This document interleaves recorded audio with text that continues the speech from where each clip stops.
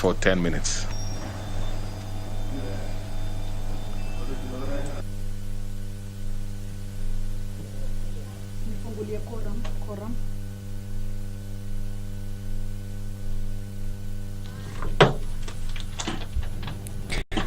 Deputy Speaker of the National Assembly, Honorable Moses Cheboy, has just ordered that the bell be rung for 10 minutes. This is according to the standing order of the House, that when the House lacks the requisite quorum for business to begin at each and every sitting, the bell will be rung for 10 minutes to allow members who are yet to report to the chambers to be able to walk into the chambers and join the rest of the members to start the particular business.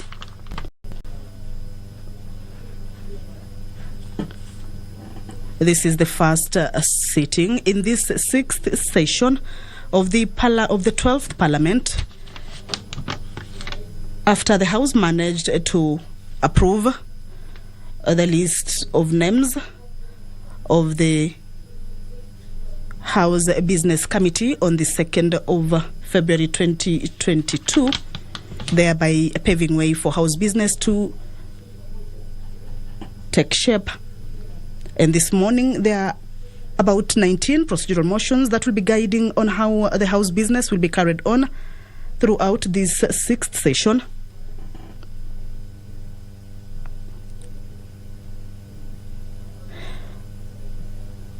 So according to Standing Order 35, which talks about the quorum during the proceeding of the House, is that if at any time after the chair is taken or when the House is in committee, a member object that there is no quorum present, then the Speaker or the chairperson shall count the House or the committee, as the case may be.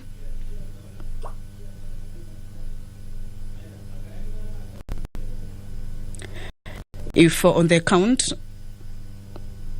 under paragraph 1 a quorum does not appear to be present, the Speaker or the chairperson shall call for the bell to be rung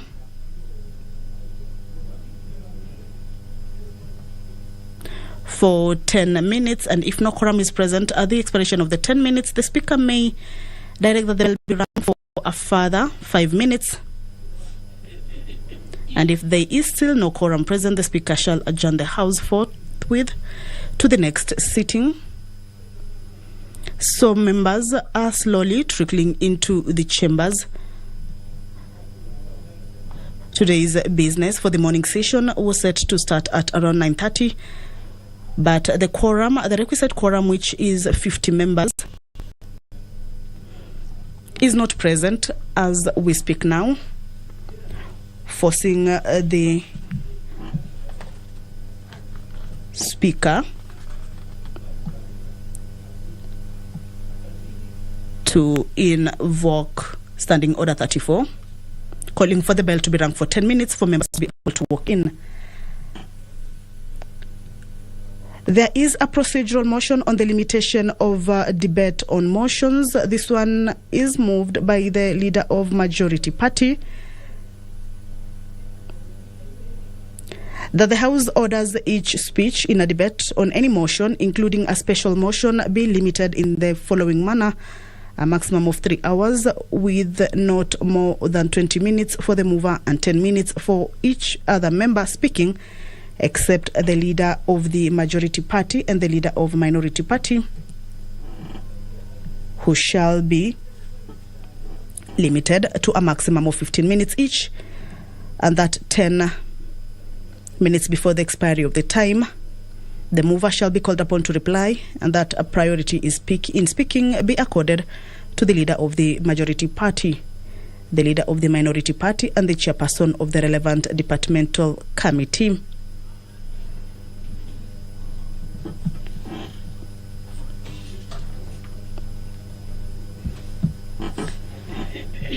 The bell is being rung for 10 minutes.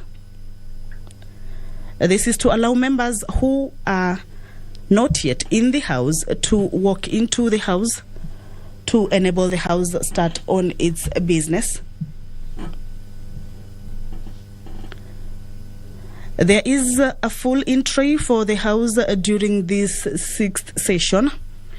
Remember, it's one of the sessions that is going to be short, and that members need to actually make plans to enable them dispense with a number of bills that are yet to be cleared in the course of this 12th Parliament calendar. Some of the legislation to be considered, which might be given priority, is the budget estimates for 2022-2023 financial year. There is also the Children Rights Bill. We also have the Blood Transfusion Bill, among others, which members say that need to be considered as fast as possible before the sixth session ends. There is also a procedural motion on a limitation of debate on committee reports, again moved by the leader of Majority Party, that the House orders each speech in a debate on committee reports, except for reports on audit committees, including a report of a joint committee of the House of Parliament or any other report submitted to the House. For each limitation of time has not been specified shall be limited. A maximum of 2.5 hours, with not more than 20 minutes for the mover in moving and 5 minutes for any other member speaking, including the chairperson of the relevant committee.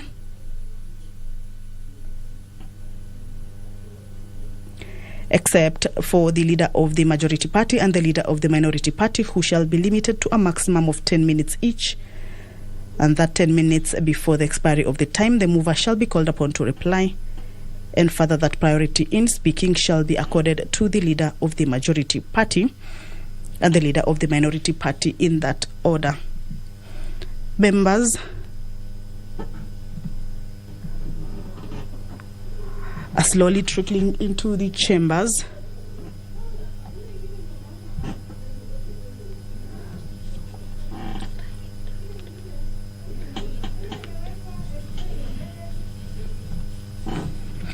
A bell has been ordered to be rung for 10 minutes to enable members who are not in the House yet to trickle into the chambers to enable the House attain its requisite number of 50 members for the business to kick off. This is the first session of the sixth session of the 12th Parliament.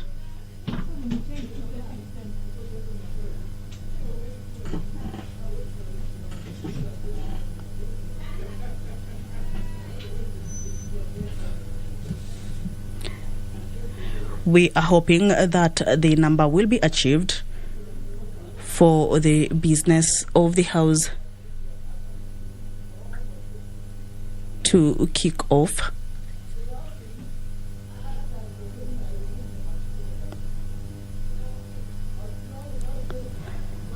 A procedural motion on the limitation of debate on reports of audit committees will also be moved this morning by the leader of the Majority Party, detailing how each speech in debate on reports of the audit committees will be done, time limitations, and the members who will be given priority to talk on those particular issues. Another procedural motion is on the limitation of debate on sessional papers, again indicating how much time each speech in a debate of any sessional paper will be allocated.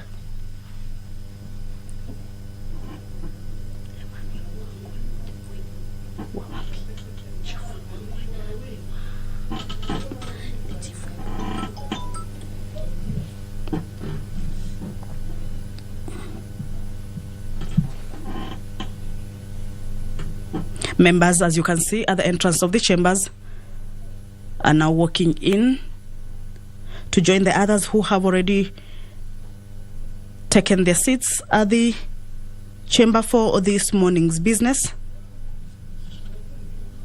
19 procedural motions are lined up for consideration on the floor of the House this morning that will be moved by the leader of the majority party. Members, we still do not have. There is we have not raised the a right procedural numbers. motion again on the limitation So of the I bill. will, using the same standing orders, give an additional 5 minutes. An additional 5 minutes, and as you know, honourable members, that would be the last number of minutes that we'll be able to give as per our standing orders.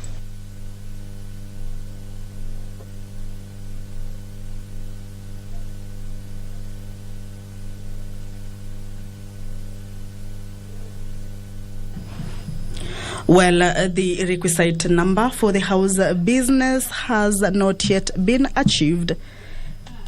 After the lapse of 10 minutes, when the first bell was ordered to be rung, this is according to Standing Order number 34 on the quorum at the commencement of the House,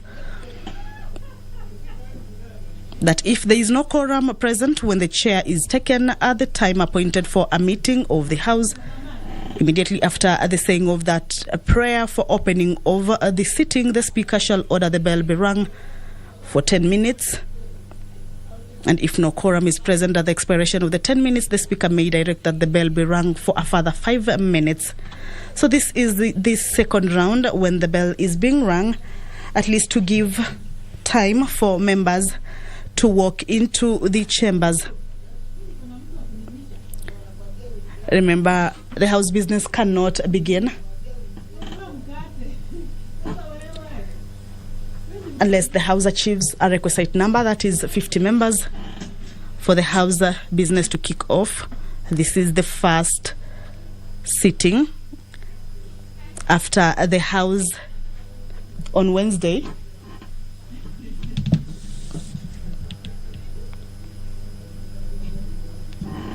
approved a list of the House Business Committee, which now paves way for business to pick up at the chambers. Earlier on, we saw the Chief Whip, Emmanuel Wangwe, who is also the MP for Navaholo, stepping out to whip members to the chambers. He was at the entrance, but members were not in, and we saw him step out. He is now back. You can see him at the entrance, but this is the second round of the bell being rung. As you can see, he is at the entrance, hoping that he will be able to whip members to the chamber. Remember, this is the first sitting and business needs to kick off. There is a lot of legislation that is before the House that needs to be handled in the shortest time possible, as members have very limited time to conclude on a number of this legislation.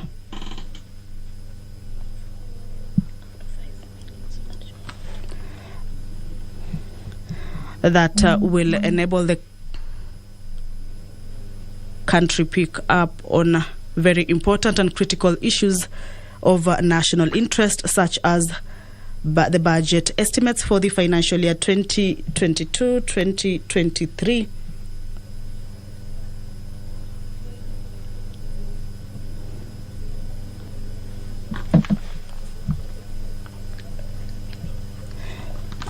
So what is happening now is that the Deputy Speaker of the National Assembly has ordered for the bell to be rung for a further 5 minutes after the lapse of 10 minutes on the first round, when the bell was rung for 10 minutes. But according to Standing Order 34, is that if there is no quorum still present at the end or at the lapse of the 5 minutes, the Speaker shall adjourn the House forthwith to the next sitting.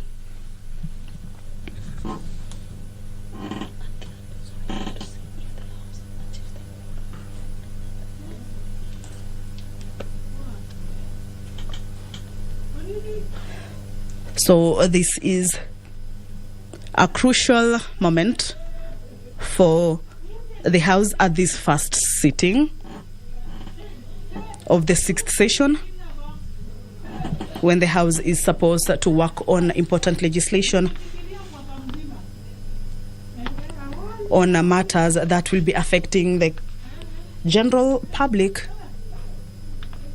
Kieni Member of Parliament Kanini Kega has also stepped into the chambers. Remember, the bell is being rung for 5 minutes. This morning session was scheduled to begin at 9:30. It's now 49 past 9. We are waiting to see if the House will raise the numbers, or if the Deputy Speaker, who is chairing this morning session, if he will adjourn it until this afternoon. This will be according to Standing Order number 34, which gives those powers to the Speaker in case the House does not attain the requisite number for the House business to be able to take place. 19 procedural motions are before the floor of the House this morning. These are some of the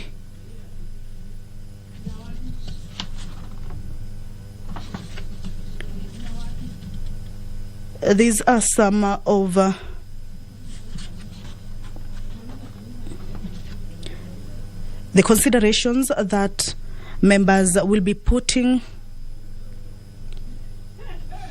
some effort into, so as to enable the House fully get into operation. Honorable Michael Kingi has also walked into the chambers. 20 minutes have lapsed after the beginning of the session. Around 9:30 is when the Speaker, or rather the Deputy Speaker of the National Assembly, walked into the chambers. The first round of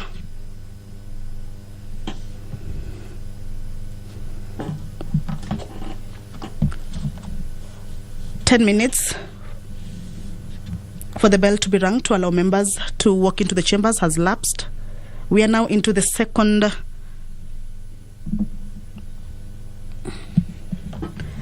round of around 5 minutes. We are hoping that the House will attain its number, or perhaps the Deputy Speaker will be forced to adjourn the House.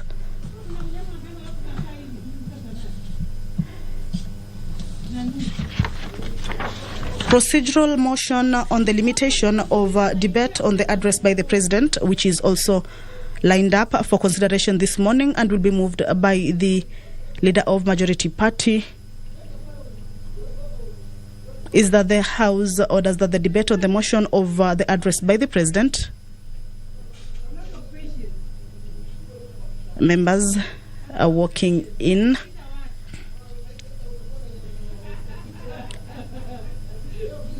That the House orders that the debate on the motion of the address by the President be limited to no more than 30 minutes for the mover in moving. 20 minutes. When the gracious lady comes in, we are good to go.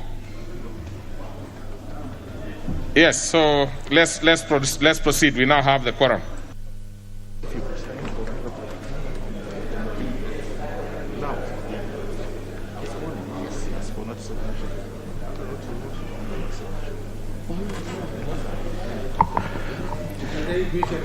Order number 1, administration of oath. Order number 2, communication from the chair. Order number 3, messages. Order number 4, petitions. Order number 5, papers. Under this particular order, we have a series of papers to lay by the majority leader, majority whip. Thank you, Honorable Speaker. Honorable Speaker, I beg to lay the following papers on the table of the House today, Wednesday, February 2nd, 2022, this morning sitting.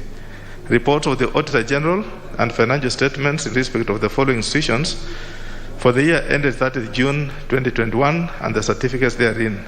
A. National Urban Transport Improvement Project, Kenya National Highways Authority. B. Kenol, Sagana, Marua Highway Improvement Project, Kenya National Highways Authority. C. Improvement of rural roads and market infrastructure in Western Kenya projects, Kenya Rural Roads Authority. D. Upgrading of Gilgil Machinery Road Project, Kenya Rural Roads Authority. E. Eastern Africa Regional Transportation Trade and Development Facilitation Project, State Department for Infrastructure. F. Horn of Africa Gateway Development Project, State Department for Infrastructure. G.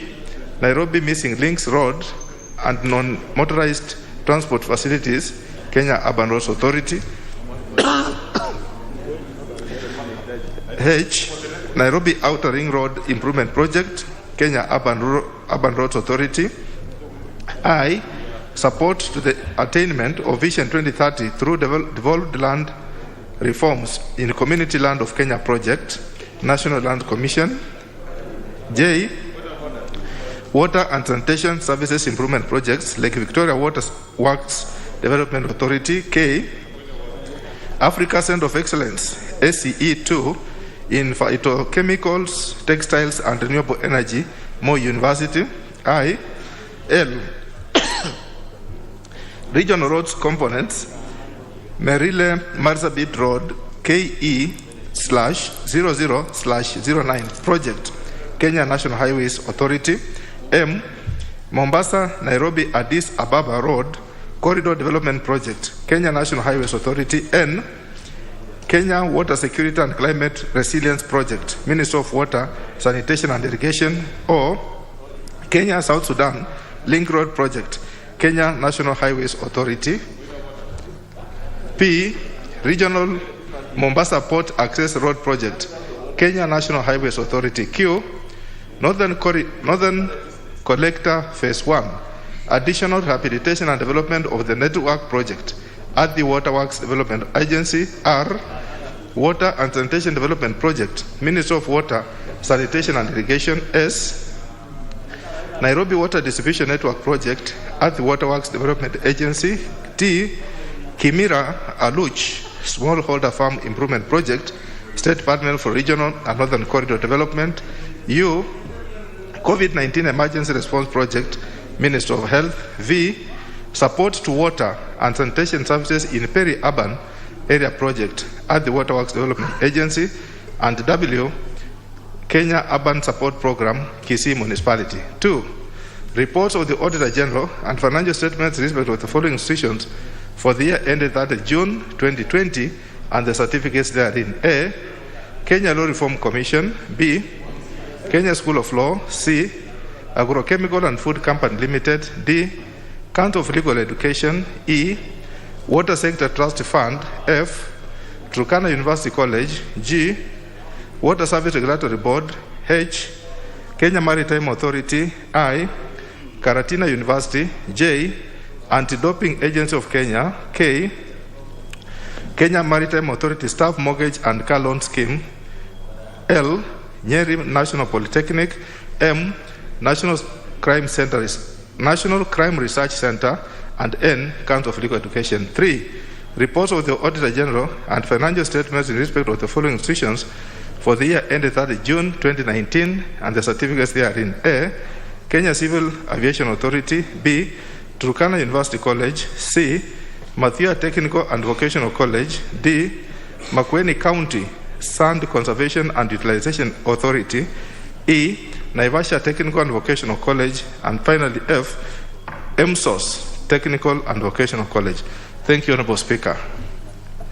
Next order. Order number 6, notices of motion. Leader, Majority Party. Thank you, Honorable Speaker.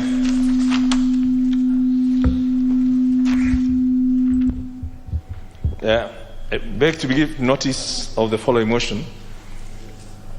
That pursuant to the provisions of Standing Order number 28, this House approves the calendar of the National Assembly regular sessions for the 6th session 2022.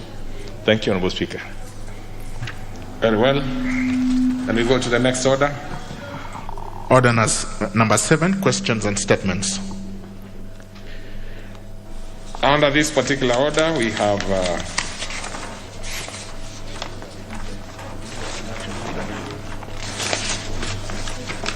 just a minute. Afternoon. Next order. Order number 8, procedural motion, limitation of debate on bills sponsored by parties or committees. Now, honorable members, please look at this particular order and almost the next, almost 8 others. It's good for you members to familiarize yourselves so that we don't need to take a lot of time in it, because it's basically setting out our mode of engagement for the remainder of this session. It is something that happens all the time at the beginning of a session. So just familiarize yourself, because I'm sure the leader of majority will be moving pretty fast. Honorable Serem, what can possibly be out of order now? Mr. Speaker. Thank you, Mr. Speaker. I'm raising on point of order, Mr. Speaker, that the whip and the leader majority are discussing about the agenda that touches on this session. Mr. Speaker, our children, as we talk, are at home, Mr. Speaker, for lack of bursaries, Mr. Speaker. The CDA board has also received the funds for our constituencies, Mr. Speaker. I don't want to have a situation like what happened in the last session, Mr. Speaker, that I rose on this floor, Mr. Speaker, and I told that there will be no budget in this House unless the funds are released to our constituents. I want clearance from the leader majority that we are going to be given CDF before we discuss about supplementary. Otherwise, we will shut down that supplementary, Mr. Speaker, unless the funds are given to us. Mr. Speaker, I have a concern. We are mature. We are discussing about a limitation and limitation of our debate, Mr. Speaker, while our kids are at home.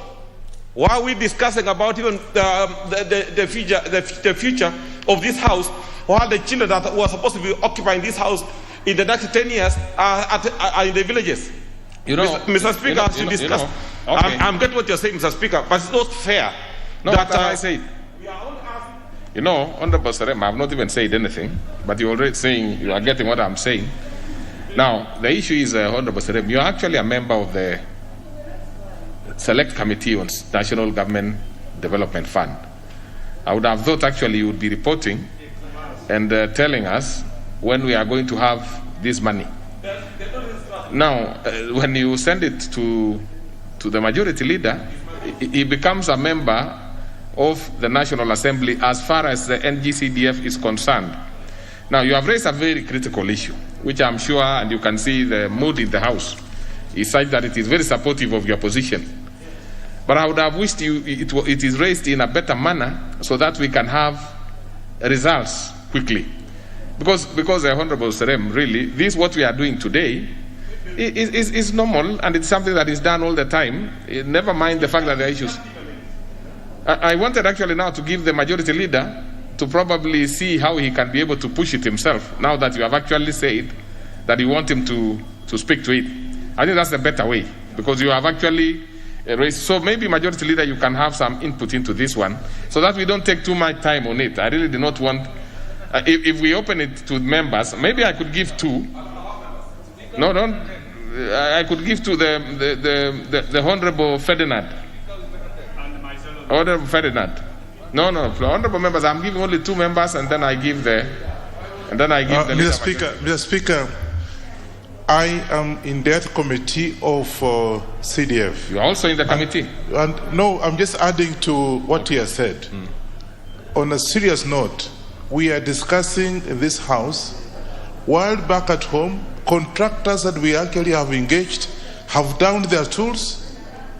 Our students don't have the bursaries. Mr. Speaker, I think it's only fair that the leader of the majority consults now and tells us exactly what is happening.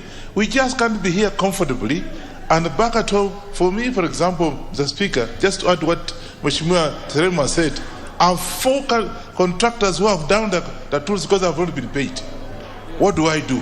And they see me here contributing on other national items that are not relevant to my people that actually send me this house. And therefore, I want to concur with Honorable Serem that something be done today and now, so they can be able to move forward and have a comfort to tell our people what is happening. Honorable Dawood. Thank you, Mr. Speaker. Mr. Speaker, having voted for the political party's bill and voting with the government, I feel ashamed today because we cannot get our CDF, Mr. Speaker. 4.9 billion from the last financial year, we still haven't received it. And Mr. Speaker, we need to get the other... Order, Honorable Dawood. I'll give you your time. I see the chair of CDF standing at the alleys. I think he should take his seat. Probably some of these things involve him more than even the majority leader. Yeah, so... The chairman general has just come in, so let him take his seat. So proceed, Honorable Dawood. That's all I wanted him to do, so that he can listen to some of your concerns. Thank you, Mr. Speaker. Mr. Speaker, we know we are only the patrons for CDF, but you know, when we go to the constituency, we are not known as patrons, we are known as we are the managers for CDF. And when we do not get the CDF and the schools and other infrastructure are falling apart, it is the MP who gets the flake. And unless the CDF committee of this parliament does not get its act together, half of us, we may not be back in parliament, because this is the most critical time, and I believe the chairman and his committee need to wake up, because they should call a kamukunji if there is an issue that they cannot get through, and we will not pass the supplementary budget if we do not get that CDF, Mr. Speaker. Thank you. Only that you said half of you will not come back. When history tells us it is slightly more than what you've just said, never mind whether the CDF issue is there or not. Let's have the chair. I mean, I know members want to really. Okay, Honorable Dr. Makali Mulu, then I pick one other member from this other side. Yeah, thank you very much, Mr. Speaker, for your consideration. You know, Mr. Speaker, this matter is a serious matter. And I know the majority leader and the whip are also in our shoes. So, Mr. Speaker, even as we discuss these procedural motions which are important also for us to do our work, I would really wish that the majority leader working closely with the chair of the committee, who also happens to be the leader of the DAB party, Mr. Speaker, I think it's work very fast, move to Treasury, negotiate for release of more funds so that the contractors and our students go back to school. Before we give ultimatums, I think if they just release the money, we have no problem. We just want the money to our accounts so that our managers and our committees can work. With those remarks, Honorable Speaker, thank you very much. We hope the money will be there tomorrow. Thank you, Honorable Speaker. Honorable Kiai. Thank you, Speaker. Mr. Speaker, CDF is the lifeline of any member of parliament. And the situation we find ourselves in is that we are not able to pay the contractors who are doing diverse projects in our constituencies. Mr. Speaker, this is a critical time when CDF must be seen to be functioning on the ground. And it is the only tool, one of the best tools that members of parliament use to ensure that they relate with the people down there. So it's in order that the majority leader, the chair of CDF committee, ensure that this money is released before anything else is discussed in this parliament. Not to mention that the students are at home waiting for this bursary. Thank you. Okay. So then I go to the chair CDF. Let's have, I'm sure you now know what is happening. So I'm sure, and I know you are one person who has all these answers at the fingertips. Thank you, Mr. Speaker. And first, my apologies. I came in a little late because I was involved in other important national duties. Mr. Speaker, as confirmed, one who is confirmed. Mr. Speaker, the question of CDF funds is such an important one that doesn't just touch on the hearts of members of parliament, but the people in our constituencies, Mr. Speaker. Mr. Speaker, you will recall that in our last report, we did indicate that we had received up to 50% of this financial year's funding. That is 20 billion out of the 41 billion, Mr. Speaker. We also reported that there was some arrears amounting to 4.9 billion, which this House had resolved after we reported that the funds had not been received. This House resolved that these funds should be captured in the supplementary budget that is coming, Mr. Speaker. Our Committee on Implementation, Mr. Speaker, raised the matter with the Cabinet Secretary for Treasury for implementation of that House resolution. And also we raised with the Budget Committee for this to be captured in the supplementary budget that will soon be before the House, Mr. Speaker. Now, given the supplementary budget is coming before us, I am sure if this arrears will be captured, this should be able to be settled immediately the budget is passed, Mr. Speaker. Now, the question of the funds for this financial year, since we are now in the third quarter, yesterday I had a meeting with the committee, Mr. Speaker, and it was reported to us that only 2 billion had been received. What's your point of order, Honorable? For the third quarter. What is out of order? Just a minute, the Chair. Yes. Thank you, Honorable Speaker. With all due respect to Honorable Amunyinyi, who is the party leader of DAP Kenya, he made a statement to say that if, I don't know why Honorable Rachel Nyamoy is clapping, he made a statement that if the budget, the CDF money, which is the arrears, is captured on the supplementary. You know, when you use the word if, Honorable Speaker, it means he's not sure whether it is there. Could he confirm to this House and the nation at large that the CDF, because you know as a party leader, you need to be having information at the fingertips. Could you confirm to this House and the nation at large whether the CDF arrears is in the current supplementary budget? Because that is what the House passed in your report, which you tabled in this House, and that's what we expect today. All right. Thank you. I really don't think you need to. I don't think you need to throw it too much also on the chair, CDF, because this is a document that has been tabled, so which Honorable Bukosa and others can also have a look at it and probably have it confirmed. Proceed. Just proceed if you have. Now let the chair proceed. You have just had your say, the honourable member for. No, out of order. Proceed, Chairman General. Thank you, Mr. Speaker.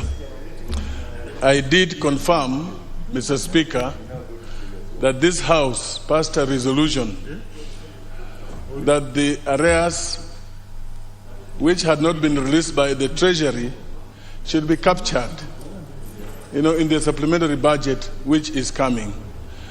Mr. Speaker, I am aware that the implementation committee of this House raised this issue with the Treasury, with the Cabinet Secretary himself. the budget committee of this House, which is responsible, Mr. Speaker, is also seized with this matter. And I am sure, because the House resolved that this should be, captured, this is part of what will be brought before the House. And once the House passes that budget committee, the budget, supplementary budget, then the constituencies should be given the arrears that is due. Mr. Speaker, I was explaining the question of this year's funding. I said that we had received up to 50%, amounting to 20 billion. And Mr.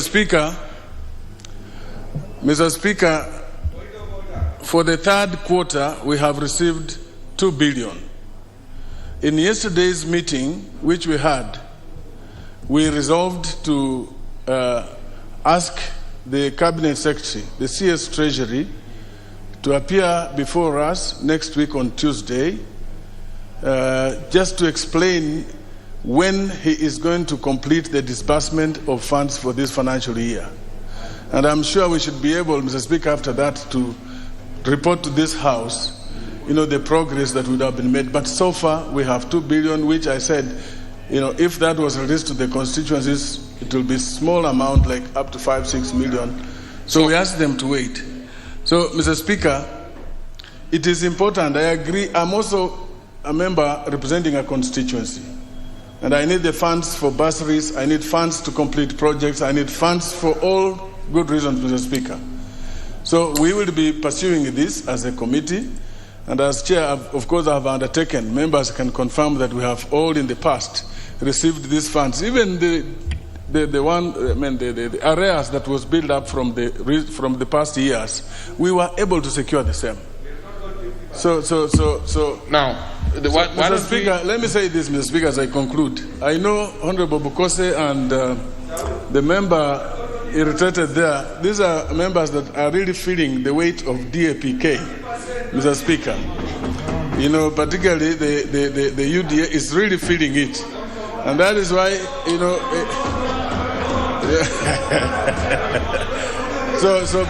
but for funds, we'll make sure these funds are released, Mr. Speaker. No. I thank you very much. Order members. It's good for me to know whether the excitement is about the DAP or is about the CDF. Now, if it's about CDF, please let's stick. So, what is it, the Honorable Iringo? What is your point of order? And I'm winding it up. Honorable Iringo? Honorable Iringo? Thank you, Mr. Speaker. Mr. Speaker, the honorable member for Kadui, who is the chair to the CDF committee, is trying to digress, bringing in party matters here, Mr. Speaker. Mr. Speaker, more so, he is talking of 50%, which according to me, shut up. According to me, Mr. Speaker, we have received less than that percent. Unless, Mr. Speaker, let me conclude, please. Unless this money is disbursed in a skewed way, so that there are some who have got 50, others have got 30. No. Let it be put here on the table and see it. Let it be tabled here so that if there are some... Order. Take your seat, Honorable Iringo. Now, I do not think anybody would blame the member for Kandui for bringing the DAP issue to the House, because many of the members who spoke before actually provoked it. The Honorable Fukose himself, I actually was not so sure what the DAP we were talking about was, whether it's a party or it is a fertilizer. But now when Honorable Fukose raises it, I mean, honestly, you have provoked the members. But let's now go back. Take your seat, Honorable. No, I will not. I will not allow you, Dr. Fukose. Members also must be fair to each other. You cannot speak all the time and other members are sitting listening. But members, most importantly, let us respect and have decorum in the House. The Honorable Iringo, I gave you an opportunity. If there is anybody whom you thought is interfering with the free flow of your speech, it's easier for you to deal with that particular issue through the chair, through the speaker. You cannot shut any member because you have no power to do that. It's only one person, unfortunately, in the House who has that power, and that is myself, the speaker for now. So please, Honorable, you cannot take powers that you do not have. So that one, I would have asked you to withdraw, but it did not go on record, I'm sure. Because if it did, you actually need to withdraw it. Shutting up any member is not good. All right. So I think the matter is resolved. What I want us to do is to agree, if I were to give the majority leader, but most importantly, let us have timelines so that when you have your meeting next week on Tuesday, that Tuesday afternoon, you report to the House the progress. I think that will resolve the matter. Yeah? So Tuesday is 1 week from now. That is 7 days. Don't need to wait for the meeting. You can resolve some of the things prior to the meeting. Then on Tuesday, you come with some report, and I'm sure the members will be happy with it. I know, Chair, you have done well. So we really have to say that you've done well. We are sure you will still do well. I don't think we need to trouble the majority leader on this. He has a handful this morning. So let's proceed to the next order.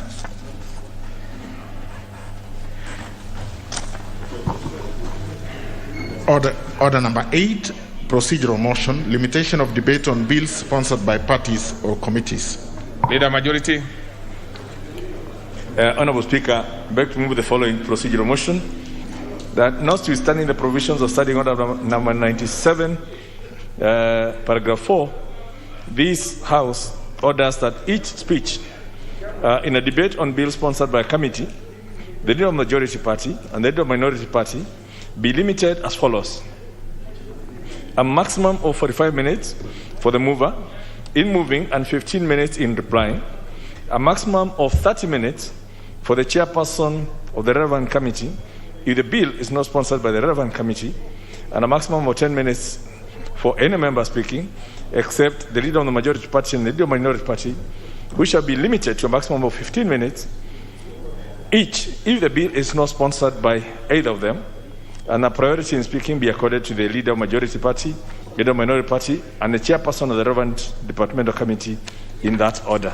Honorable Speaker, as you did indicate, these are all procedural motions that we set, that set basically the manner in which we are going to conduct our debates, our sessions, and the respective times accorded to the different people in contributing to those motions.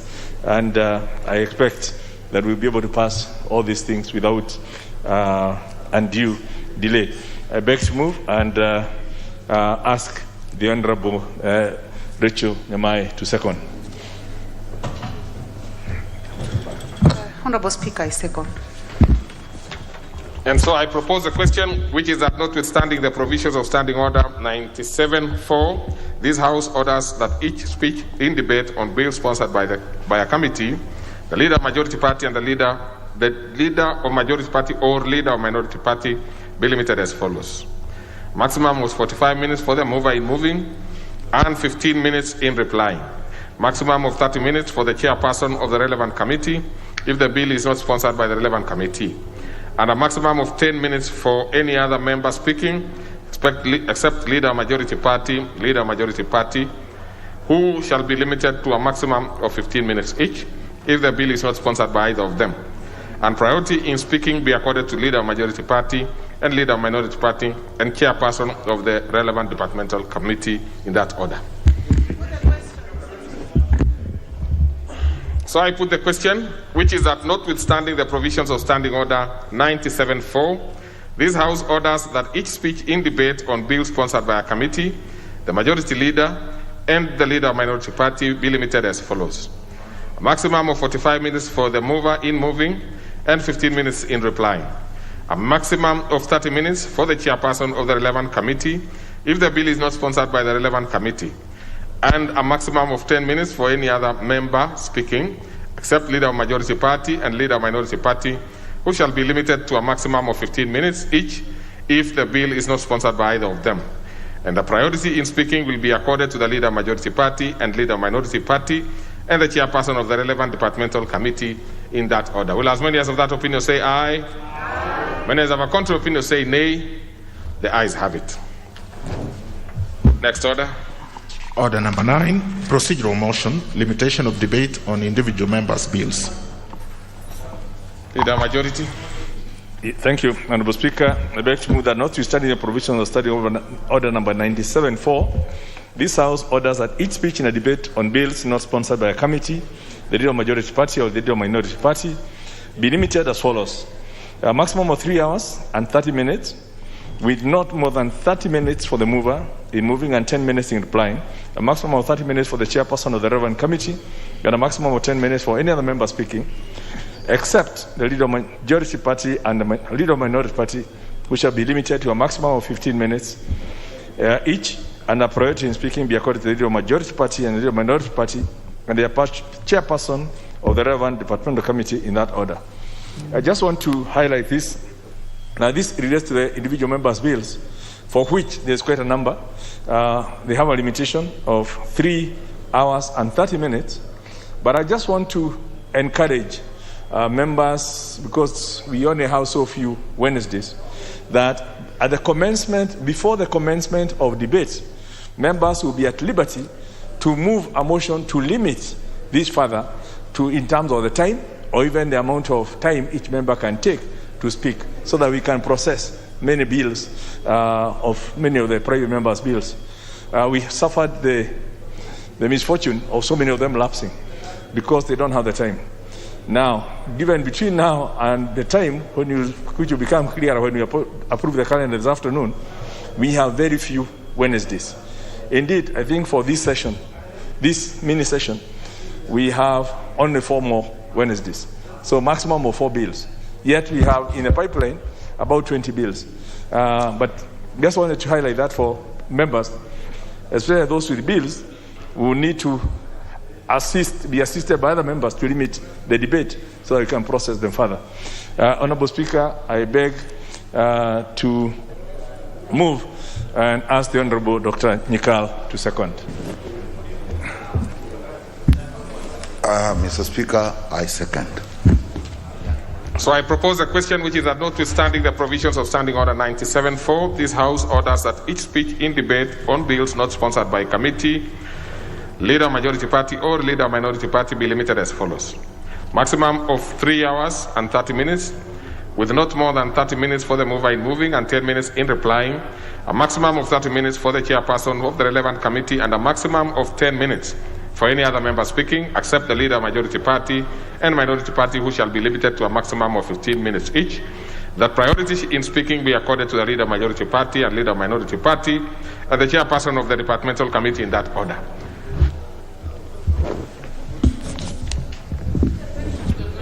I put the question, which is that notwithstanding the provisions of Standing Order 97-4, this House orders that each speech in a debate on bill not sponsored by the committee, the Leader Majority Party and the Leader Minority Party be limited as follows. A maximum of 3 hours and 30 minutes, with not more than 30 minutes for the mover in moving and 10 minutes in replying, a maximum of 30 minutes for the chairperson of the relevant committee, and a maximum of 10 minutes each for any member speaking, except the Leader Majority Party and the Leader Minority Party, who shall be limited to a maximum of 15 minutes each. And that priority in speaking be accorded to the Leader Majority Party, the Leader Minority Party, and the chairperson of the relevant committee in that order. Will as many as of that opinion say aye? Aye. Many as of a contrary opinion say nay? The ayes have it. Next order. Order number 10, procedural motion, limitation of debate on motions. Honorable Speaker, I beg to move that notwithstanding the provisions of Standing Order 97-4, this House orders that each speech in a debate on any motion, including a special motion, be limited in the following manner. A maximum of 3 hours with not more than 20 minutes for the mover and 10 minutes for each other member speaking, except the Leader of the Majority Party and the Minority Party, which shall be limited to a maximum of 15 minutes each. And at 10 minutes before the expiry of the time, the mover shall be called upon to reply, and that priority in speaking be accorded to the Leader of the Majority Party, the Leader of the Minority Party, and the chairperson of the relevant departmental committee in that order. Again, The rationale is the same, and this is consistent with what we have been doing. I beg to move, and I ask the Honorable Dr. Eseli to second. I second. So I propose the question, which is that notwithstanding provisions of Standing Order 97.4, this House orders that each speech in a debate on any motion, including a special motion, be limited in the following manner. A maximum of 3 hours with not more than 20 minutes for the mover and 10 minutes for each member speaking, except the Leader Majority Party and Leader Minority Party, who shall be limited to a maximum of 15 minutes each, and the 10 minutes before expiry of the time, the mover shall be called upon to reply. And that priority in speaking shall be accorded to the Leader of Majority Party and the Leader Minority Party and the chairperson of the relevant departmental committee in that order. I see no interest in this, so I proceed to put the question, which is that notwithstanding the provisions of Standing Order 97.4, this House orders that each speech in a debate on any motion, including a special motion, be limited as follows.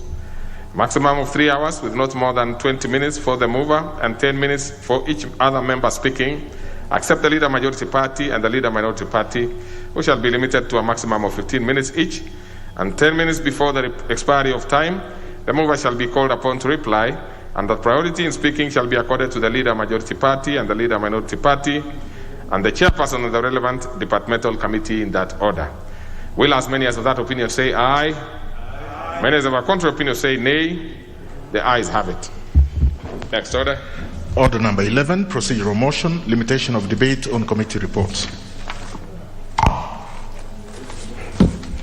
Honorable Speaker, I beg to move that notwithstanding the provisions of Standing Order 97.4, this House orders that each speech in a debate on committee reports, except for reports on audit committees, including a report of a joint committee of the Houses of Parliament or any other report submitted to the House for which limitation of time shall not be specified, shall be limited as follows. A maximum of 2.5 hours with not more than 20 minutes for the mover in moving and 5 minutes for any other member speaking, including the chairperson of the relevant committee, if the committee report is not moved by the chairperson of the relevant committee, except the Leader Majority Party and Leader Minority Party shall be limited to a maximum of 10 minutes each, and at 10 minutes before the expiry of the time, the mover shall be called upon to reply. And further, the priority in speaking shall be accorded to the Leader Majority Party and the Leader of the Minority Party in that order. Again, Honourable Speaker, this is fairly standard, except I just want to highlight that there's a slight change from the last time, the last session, where now the Leader Majority Party and Minority Party have an extra 5 minutes because it became quite clear that there were issues that may need to be highlighted from the leadership perspective in terms of responses for matters coming from the committee reports. That's the only change from last time, and I beg to move and request the Honourable Dr. Makalimuli to second. Yeah, thank you, Mr. Speaker. Mr. Speaker, I do second. Thank you. So I propose a question, which is that notwithstanding the provisions of Standing Order 97.4, this House orders that each speech in debate on committee reports, except for reports of audit committees, including reports of joint committees of the Houses of Parliament, or any other report submitted to the House for which limitation of time shall not be specified, shall be limited as follows.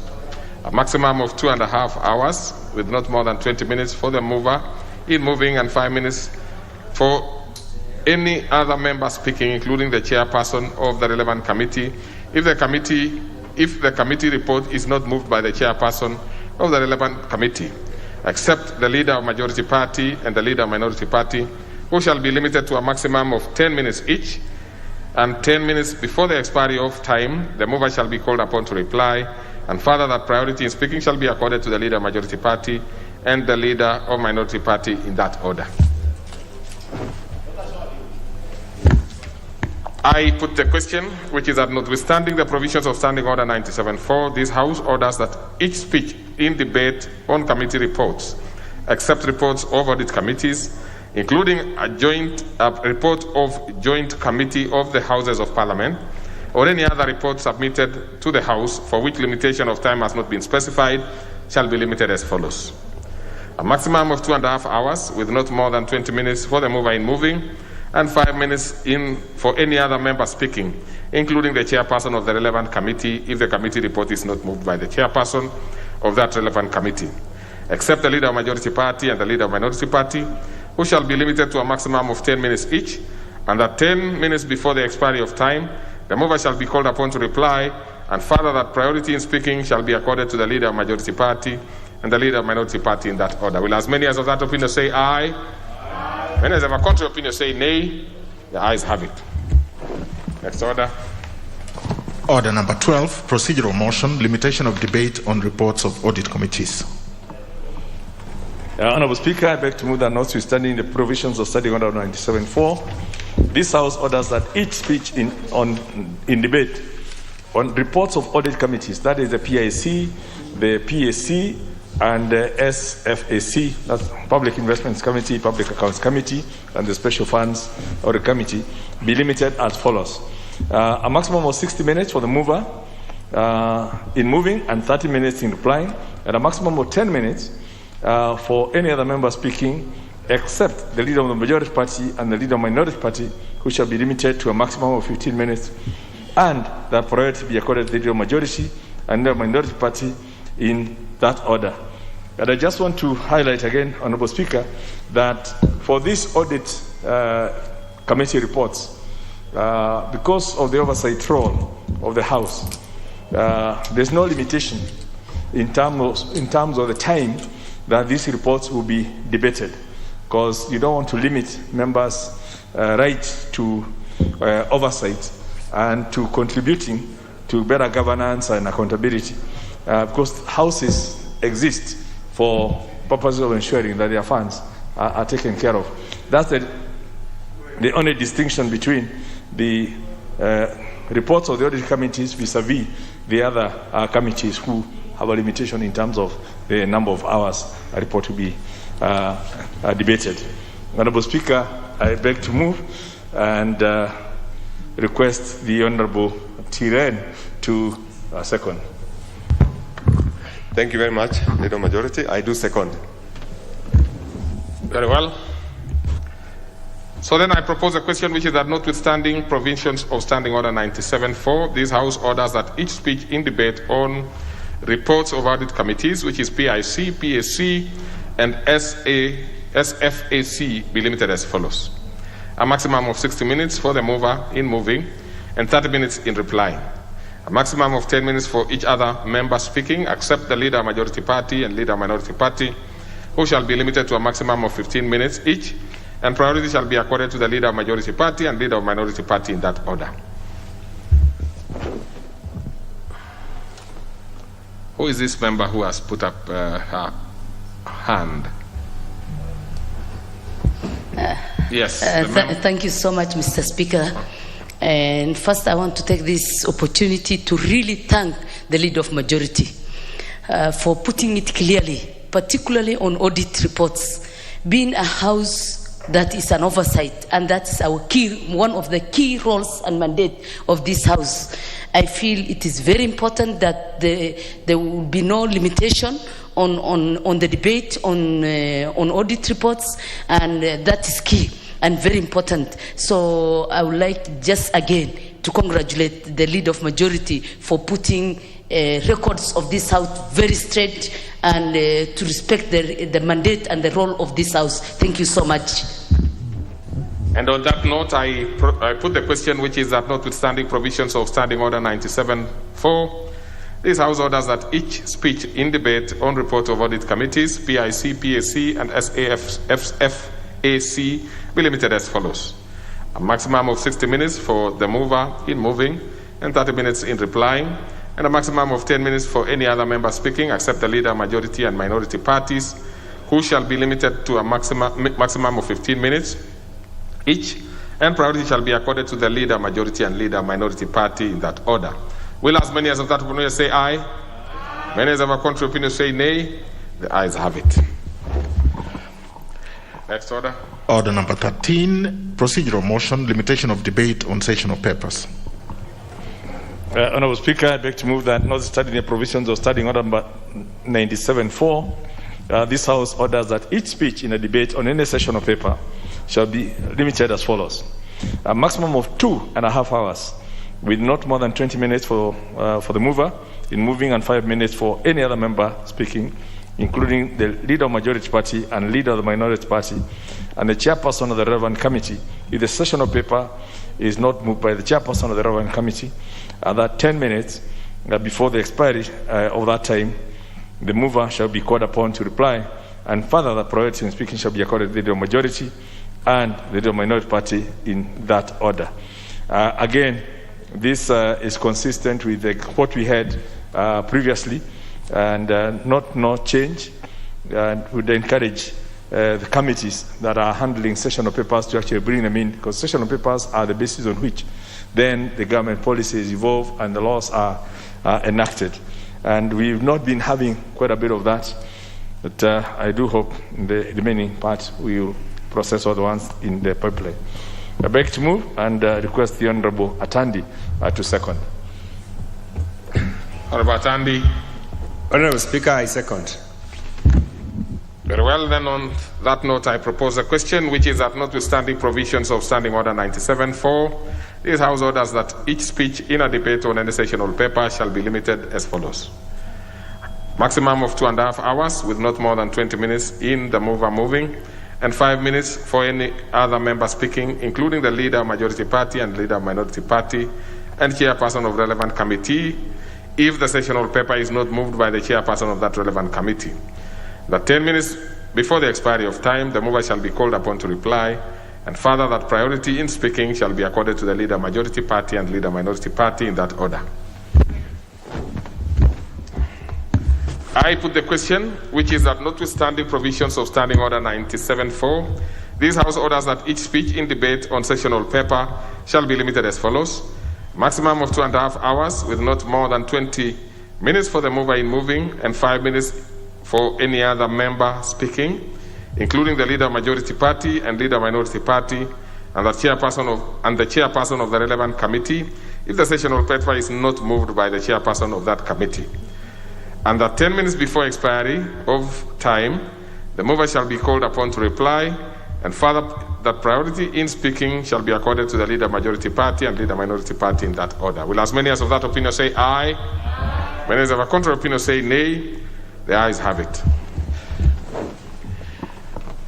Order number 14, procedural motion, limitation of debate on the address by the President. Honorable Speaker, I beg to move that, notwithstanding the provisions of Standing Order number 97.4, and in furtherance to the provisions of Standing Order number 24.6, this House orders that debate on a motion on the address by the President be limited to no more than 30 minutes for the mover in moving, 20 minutes for the leader of the majority party, and 10 minutes each for the chairperson of the Departmental Committee on Justice and Legal Affairs to speak on the report submitted under Article 132, 1C1 of the Constitution regarding the realization of the national values, the chairperson of the Departmental Committee on Defense and Foreign Relations to speak on the report submitted under Article 131, 21C3 of the Constitution relating to the progress made in fulfilling international obligations of the Republic, and the chairperson of the Departmental Committee on Administration and National Security to speak on the report submitted under Article 247 of the Constitution relating to the state of the security of the country, and 5 minutes for any other member speaking, and that 10 minutes before the expiry of that time, the mover shall be called upon to reply.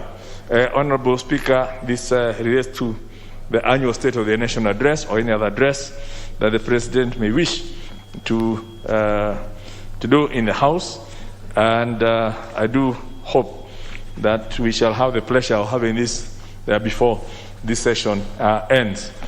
And I beg to move and ask Deputy Whip of the Majority Party, the Honorable Malcolm Maure, to second. Mr. Speaker, I wish to second.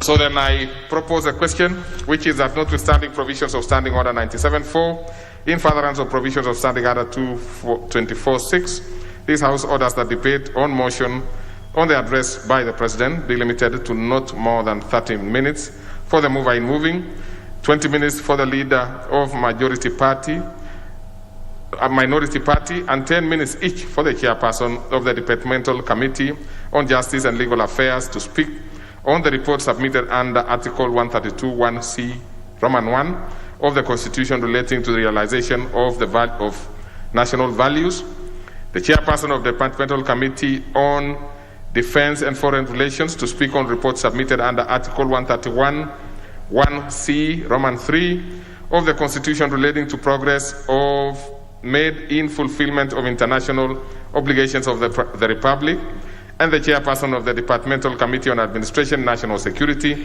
to speak on the report submitted under Article 247 of the Constitution relating to the state of security of the country, and 5 minutes for any other member speaking, and that 10 minutes before the expiry of time, the mover shall be called upon to reply.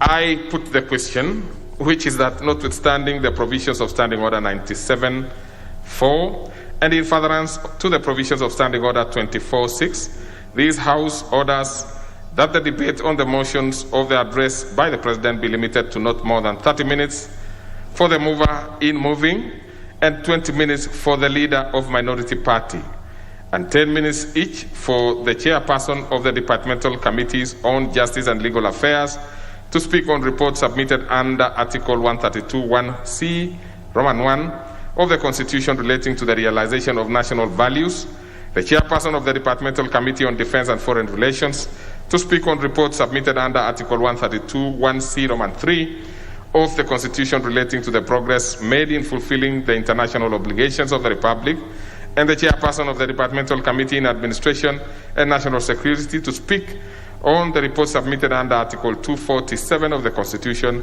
relating to the state of security of the country, and 5 minutes for any other member speaking, and at 10 minutes before the expiry of time, the mover shall be called upon to reply. Will as many as of that opinion say aye? When as of a contrary opinion say nay? The ayes have it. Next order. Order number 15, procedural motion, limitation of debate on reports of constitutional commissions and independent offices. Honourable Speaker, I beg to move that notwithstanding the provisions of Standing Order number 97(4), this House orders that in each speech in debate on reports of constitutional commissions and independent offices be limited as follows: a maximum of 4 hours, with not more than 30 minutes for the mover in moving and 10 minutes in replying, a maximum of 30 minutes for the chairperson of the relevant committee, and a maximum of 10 minutes for any other member speaking, except the leader of majority party and the leader of minority party, who shall be limited to a maximum of 15 minutes each, and that priority be accorded the chairperson of the relevant committee, the leader of majority party and the leader of minority party, in that order. Again, members will notice the difference in the timings. This is 4 hours as opposed to the other committee, because the Constitution of 2010 gives some certain responsibilities to constitutional commissions and the independent offices, and we obviously, when they report with some mandate to report to the House, and we need to give slightly more time for their reports to be considered in the House as part of their accountability on their work to the Kenyan populace. Honourable Speaker, I beg to move and I request the Honourable Sophia Abdi to second. Honourable Speaker, I second, and I just want to add one sentence, that constitutional commissions and independent office are very important and key to this country. And as a House, we always give them resources. So when they are reporting to this House, it is important that we give them adequate time so that we engage their reports. So it is very important. And once again, I want to say thank you so much, the Leader of Majority, and I second, Mr. Speaker. Then I propose a question, which is that notwithstanding provisions of Standing Order 97(4), this House orders that each speech in debate on reports of constitutional commissions and independent offices be limited as follows: a maximum of 4 hours with not more than 30 minutes in the mover moving and 10 minutes in replying, a maximum of 30 minutes for the chairperson of the relevant committee, and a maximum of 10 minutes for any other member speaking, except the leader majority party and leader minority party, who shall be limited to a maximum of 15 minutes each, and priority be accorded to chairperson of the relevant committee and the leader majority party and minority party in that order. Honorable Foucault is back? Okay, so I put the question, which is that notwithstanding the provisions of Standing Order 97.4, this House orders that each speech in debate on reports of constitutional commissions and independent officers be limited as follows. A maximum of 4 hours with not more than 30 minutes for the mover in moving and 10 minutes in replying, and a maximum of 30 minutes for the chairperson of the relevant committee, and a maximum of 10 minutes for any other member speaking, except the leader majority party and leader minority party, who shall be limited to a maximum of 15 minutes each, and that priority be accorded to the chairperson of the relevant committee and the leader majority party and leader minority party in that order. Will as many as of that opinion say aye? Aye. Many as of a contrary opinion say nay? The ayes have it. Next order. Order number 16, procedural motion, limitation of debate on the annual estimates and committee of supply. Honourable Speaker, I beg to move that pursuant to the provisions of Standing Order number 97.4, this House orders that each speech in a debate on the report of the Budget and Appropriations Committee on the budget estimates contemplated under Standing Orders 239 and 240 be limited as follows. 1. The general supply debate. A maximum of 3 sitting days with 30 minutes for the mover in moving and 15 minutes in replying, a maximum of 10 minutes for each of the chairpersons of the departmental committees, and a maximum of 5 minutes for any other member speaking, except the leader of majority party and the minority party, who shall be limited to a maximum of 10 minutes each, and the priority in speaking be accorded to the leader of majority party, the leader of minority party, and the respective chairpersons of the departmental committees in the order that they appear in the second schedule to the standing orders. And 2, in the committee of supply, a maximum of 6 sitting days for the consideration of the proposed allocations to the respective votes and programs in the order specified in the schedule submitted by the Budget and Appropriations Committee. Honourable Speaker, members will be I would want members to take note specifically of this, because we are already in the budget cycle. The departmental committees, I believe, are meeting, and that explains why most of the members are actually very busy out there with the departmental committee debating on the budget. And I do hope that hopefully by next week we may well have this report for the general supply for the budget policy statement. Once that is unlocked, then we get into the actual estimates coming in, and this motion will apply. So I just want members to take note so they can start prioritizing when knowing the amount of time they have and the manner in which they will be contributing. Because again, parliaments exist for allocating the funds and ensuring the accountability. Honourable Speaker, again, I know it's the 5th year, and I know a number of members are yet to familiarize themselves between what happens in the Committee of Supply and what happens in the Committee of Ways and Means and all those things. But the majority of the members, especially the ones who are here today, do already know what happens. I don't want to belabor the point. I want to beg to move and request the Honourable Martin Owino. I wouldn't call him his pseudonym, Wood Chief, but the Honourable Martin Owino to second. Thank you, Majority Leader. Honourable Speaker, I second. Very well. So then I propose a question which is that pursuant to provisions of Standing Order 97.4, this House orders that each speech in a debate on the report of Budget and Appropriation Committee on the budget estimates contemplated under Standing Order 239 and 240 be limited as follows.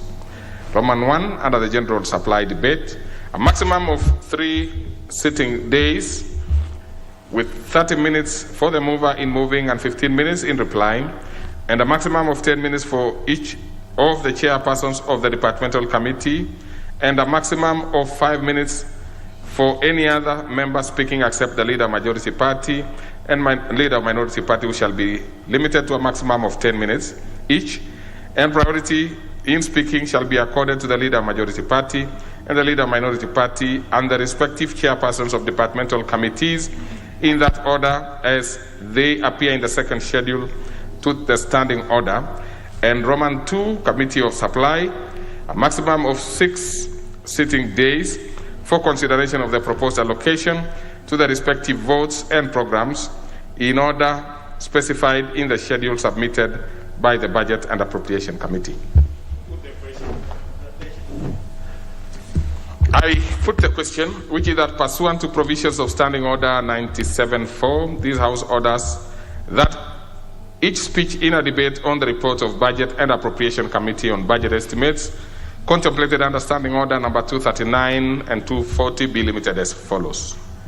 Roman 1, the general debate, supply debate, a maximum of 3 sitting days with 30 minutes for the mover in moving and 15 minutes in replying, a maximum of 10 minutes for each for the chairperson of the departmental committees, and a maximum of 5 minutes for any other member speaking except the leader majority party and leader minority party, who shall be limited to a maximum of 10 minutes each, and priority in speaking shall be accorded to the leader majority party and leader minority party and respective chairpersons for the departmental committee in the order that they appear in the second schedule to the standing orders. And Roman 2, Committee of Supply, a maximum of 6 sitting days for consideration of proposed allocations to respective votes and programs in order specified in the schedule submitted by the Budget and Appropriation Committee. Will as many as of that opinion say aye? Aye. Many as of a contrary opinion say nay? The ayes have it. Order number 17, procedural motion, limitation of debate on the Senate amendments to bills originating in the National Assembly. Honorable Speaker, I beg to move that pursuant to the provisions of Standing Order number 97-1, this House orders that each speech in the general debate contemplated at Standing Order number 146, which relates to consideration of Senate amendments to bills originating in the National Assembly, be limited as follows. A maximum of 1 hour and 30 minutes with not more than 15 minutes for the mover in moving, 15 minutes for the chairperson of the relevant departmental committee, and 5 minutes for any other member speaking, including the leader of the majority party and the leader of the minority party, if the bill is not party sponsored. And that 5 minutes before the expiry of the time, the mover shall be called upon to reply, and further that priority in speaking shall be accorded to the leader of the majority party, the leader of the minority party, and the chairperson of the relevant committee in that order. And members will notice that the debates on this is actually limited to 1.5 hours, on the understanding that a bill will have been processed through the National Assembly, passed, taken to the Senate. So if there's any changes or whatever they make, that's really the only matters we would be debating rather than the entire bill, and hence the limitation of that time.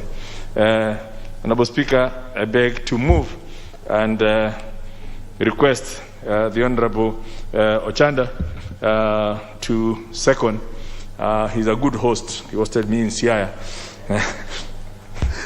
Thank you, Majority Leader. I think I beg to second, Mr. Speaker, and it's important that these bills that are generated from the Senate, particularly generated from us to the Senate and back to us, needs to be given the amount of space that is given by the Majority Leader. I second, Mr. Speaker. Whatever you did to the Majority Leader in Siaya, but I propose the question, which is that pursuant to provisions of Standing Order 97-1, this House orders that speech in general debate contemplated under Standing Order 146, which is consideration of the Senate amendment to bills originating in the National Assembly, be limited as follows. A maximum of 1 hour 30 minutes with not more than 15 minutes for the mover in moving and 15 minutes for the chairperson of the departmental committee, and 5 minutes for any other member speaking, including the leader majority party and minority party, if the bill is not party sponsored, and that 5 minutes before the expiry of the time, the mover shall be called upon to reply, and further that priority in speaking shall be accorded to the leader majority party and leader minority party, and the chairperson of the relevant departmental committee in that order. I put the question, which is that pursuant to provisions of Standing Order 97-1, this House orders that each speech in general debate contemplated under Standing Order 146, which is consideration of the Senate amendment bills, to bills originating in the National Assembly, be limited as follows: a maximum of 1 hour and 30 minutes, with not more than 15 minutes for the mover in moving and 15 minutes for the chairperson of the relevant departmental committee, and 5 minutes for any other member, including the leader of majority party and leader minority party, if the bill is not party sponsored, and that 5 minutes before the expiry of time, the mover shall be called upon to reply. Further, that priority in speaking shall be accorded to the leader majority party and leader minority party, and the chairperson of the departmental committee, the relevant departmental committee in that order. Will as many as of that opinion say aye? Aye. When as of a contrary opinion say nay? The ayes have it. Next order. Order number 18, procedural motion, limitation of debate for a motion on sine die adjournment. Members must be very keen on listening to this one. Leader majority. Honorable Speaker, I beg to move that pursuant to the provisions of the Standing Order 97-4, this House orders that the debate on any motion for the sine die adjournment of the House, in accordance with the calendar of the House, shall be limited as follows: a maximum of 4 hours for the entire motion, with not more than 5 minutes for each member speaking, except for the mover, the leader of the majority party, and the leader of the minority party, who shall be limited to a maximum of 15 minutes each, and that priority shall be accorded to the leader of the majority party, the leader of the minority party, and the deputy speaker in that order, and further that at the expiry of the time allocated for the motion, the House shall adjourn without question put, pursuant to the provisions of Standing Order 28.3, that erases the calendar of the House. Honorable Speaker and members will note that we are in that final phase. This being the last session, at some point, after we approve the calendar this afternoon, we will see when this motion will kick in, which is basically the motion for members to say their farewells and members to summarize the activities that they have been doing for the last 5 years and to make the last pitch to their electorate before the final decision day in August. So it's a very important motion, and I would want to ask the members, start preparing those pitches so that on that day you have your 5 minutes to summarize what you've done, say farewell to your colleagues, and make the pitch to your electorate in terms of why they think you've done a good job and you need to come back. So it's a very important motion, and we've allocated House Business Committee, did deliberate and allocated the whole 4 hours, 5 minutes, and after that, then basically we'll walk out, shake hands, and hope to meet again in the next session. I know the Speaker did mention that the attrition rate is rather high, so we hope perhaps with this motion we could also limit part of that attrition rate from the historical 70% to something much palatable, like was said earlier, 50%, and hopefully progress it to better in future. So I beg to move and request the Honorable Sarah Korere to second. Honorable Pauleta. Thank you, Speaker. The Speaker is second. And on this, I think it is a very well thought idea, because members need to set pace as they even go out to look for votes. I second. Thank you.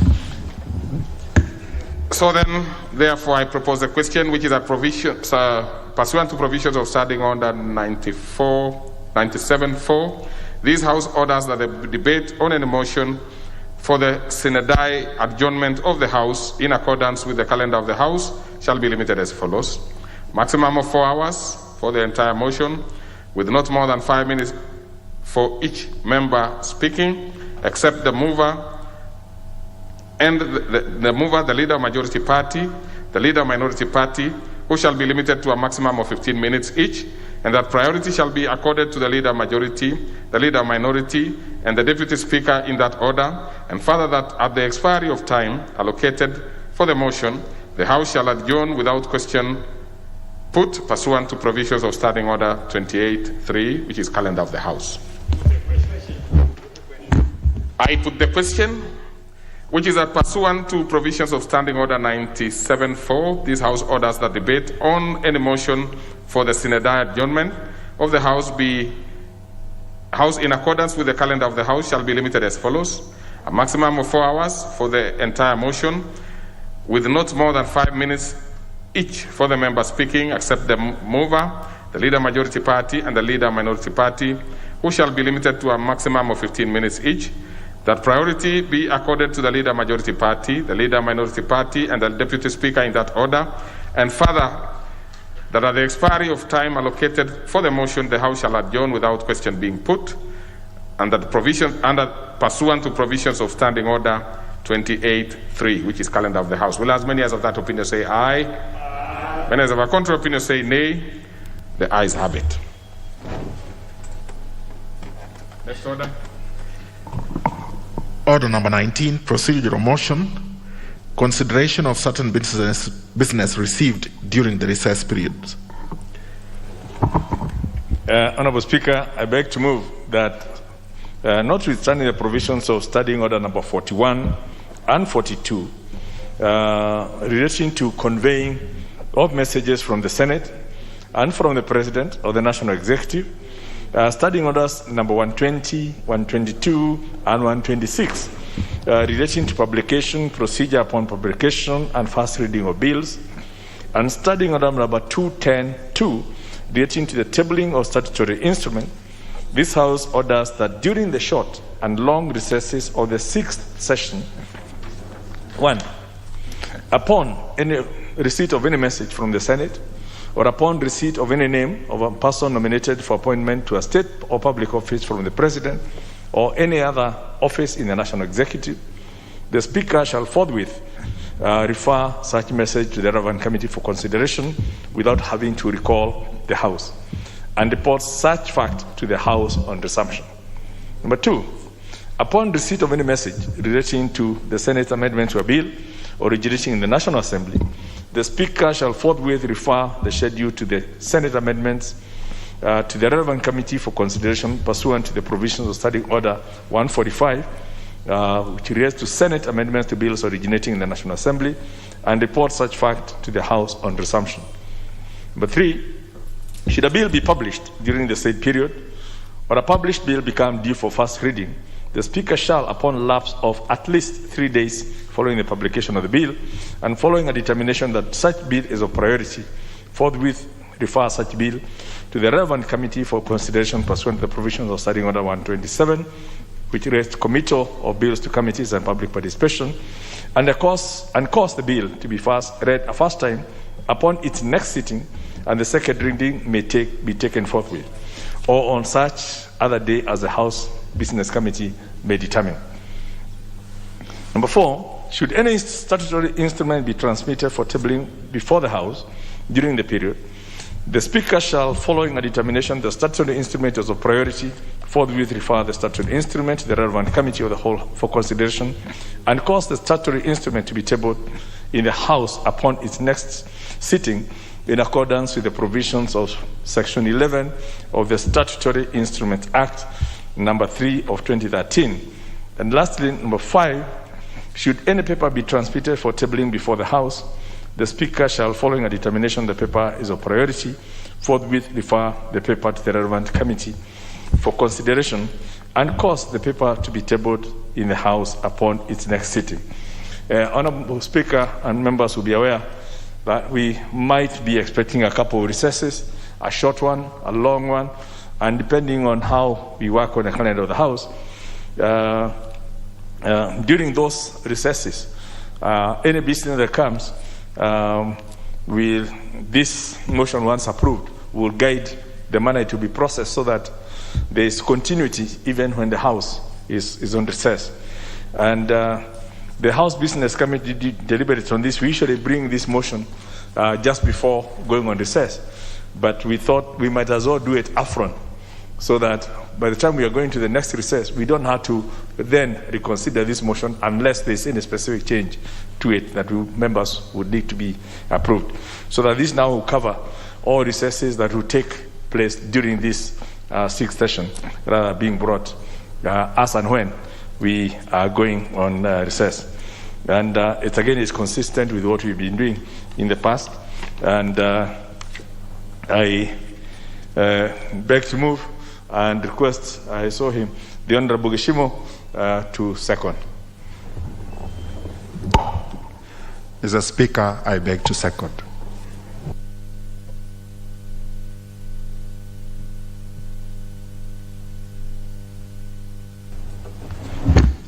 I propose the question that, notwithstanding the provisions of Standing Orders 41 and 42 relating to conveying of messages from the Senate and from the President or the National Executive, Standing Orders 120, 122, and 126 relating to publication, procedure upon publication, and first reading of bills, and Standing Order 210, subsection 2, relating to tabling of statutory instruments, this House orders that during the short and long recesses of the sixth session, 1. Upon receipt of any message from the Senate or upon receipt of any name of a person nominated for appointment to a state or public office from the President or any other office in the National Executive, the Speaker shall forthwith refer such message to the relevant committee for consideration without having to recall the House, and report such fact to the House on resumption. 2. Upon receipt of any message relating to the Senate's amendments to a bill originating in the National Assembly, the Speaker shall forthwith refer the schedule of the Senate amendments to the relevant committee for consideration pursuant to the provisions of Standing Order 145, Senate amendments to bills originating in the National Assembly, and report such fact to the House on resumption.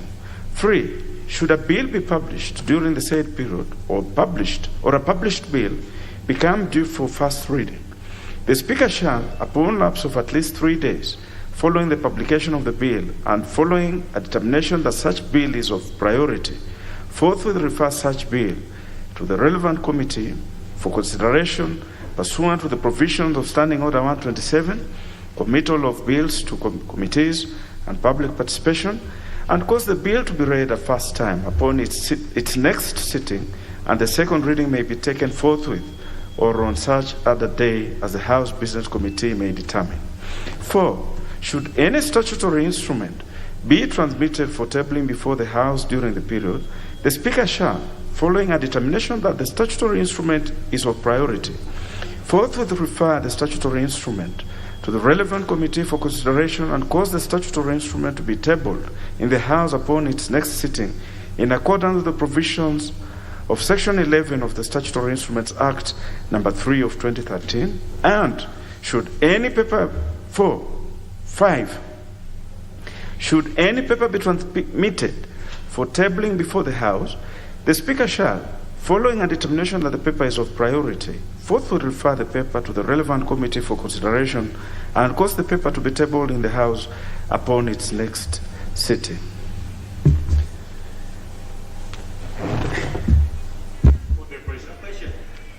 Very well. Honorable members, I now put the question that, notwithstanding the provisions of Standing Orders 41 and 42 relating to conveying of messages from the Senate and from the President or the National Executive, Standing Orders 120, 122, and 126 relating to publication, procedure upon publication, and first reading of bills, and Standing Order 210-2 relating to tabling of statutory instruments, this House orders that during the short recess and long recesses of the sixth session, 1.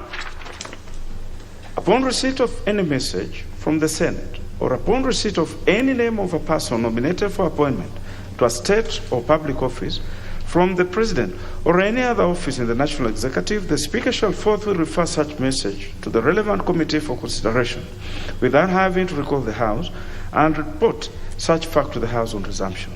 2. Upon receipt of any message relating to the Senate's amendments to a bill originating in the National Assembly, the Speaker shall forthwith refer the schedule of the Senate amendments to the relevant committee for consideration pursuant to the provisions of Standing Order 145, Senate amendments to bills originating in the National Assembly, and report such fact to the House of resumption. 3. Should a bill be published during the said period, or a published bill become due for first reading, the Speaker shall, upon lapse of at least 3 days following the publication of the bill, and following a determination that such a bill is of priority, refer such bill to the relevant committee for consideration pursuant to the provisions of Standing Order 127, Committal of Bills to Committees and Public Participation, and cause the bill to be read a first time upon its next sitting, and the second reading may be taken forthwith or on such other day as the House Business Committee may determine. 4. Should any statutory instrument be transmitted for tabling before the House during the period, the Speaker shall, following a determination that the statutory instrument is of priority, forthwith refer the statutory instrument to the relevant committee for consideration and cause the statutory instrument to be tabled in the House upon its next sitting in accordance with the provisions of Section 11 of the Statutory Instruments Act number 3 of 2013. And 5. Should any paper be transmitted for tabling before the House, the Speaker shall, following a determination that the paper is of priority, forthwith refer the paper to the relevant committee for consideration and cause the paper to be tabled in the House upon its next sitting. Will as many as of that opinion say aye? Aye. Will as many as of our counter opinion say nay? The ayes have it. Thank you, Honorable Dr. Pukose.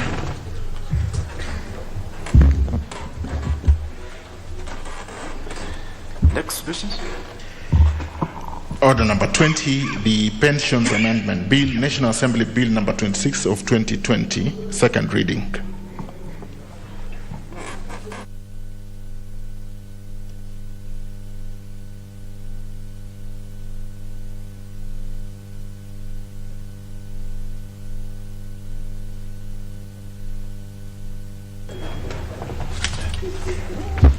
Honorable members, this business has been transacted on the 10th of November 2021, and now there remains a balance of time for its consideration of 50 minutes.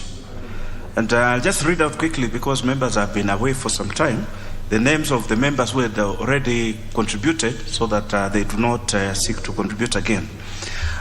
We had 13 members who had contributed, starting with the Honorable Didmas Barasa, the Honorable David Sankok, the Honorable Martin Owino, the Honorable Kipiego Ngeno, the Honorable Emmanuel Wangwe, the Honorable Godfrey Osotsi, the Honorable Gideon Keter, the Honorable Anjiko Njuguna, the Honorable Obor Weda, the Honorable Ibrahim Sahal, the Honorable Cornelis Serem, the Honorable Edith Nyenze, and the Honorable Janet Nangabo. So those members have contributed, and now we have a balance of 50 minutes. And the first member who is interested on my list here is the Honorable Bukose Robert, the member for Entebbe.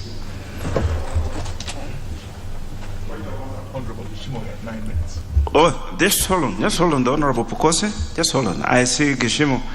Yes, those instructions have just been informed that the Honorable Gishimo, you are on the floor when the matter was adjourned, and you had a balance of 9 minutes. Is that correct? The Honorable Pukosa, you will allow the Honorable, to take his 9 minutes, and you will follow.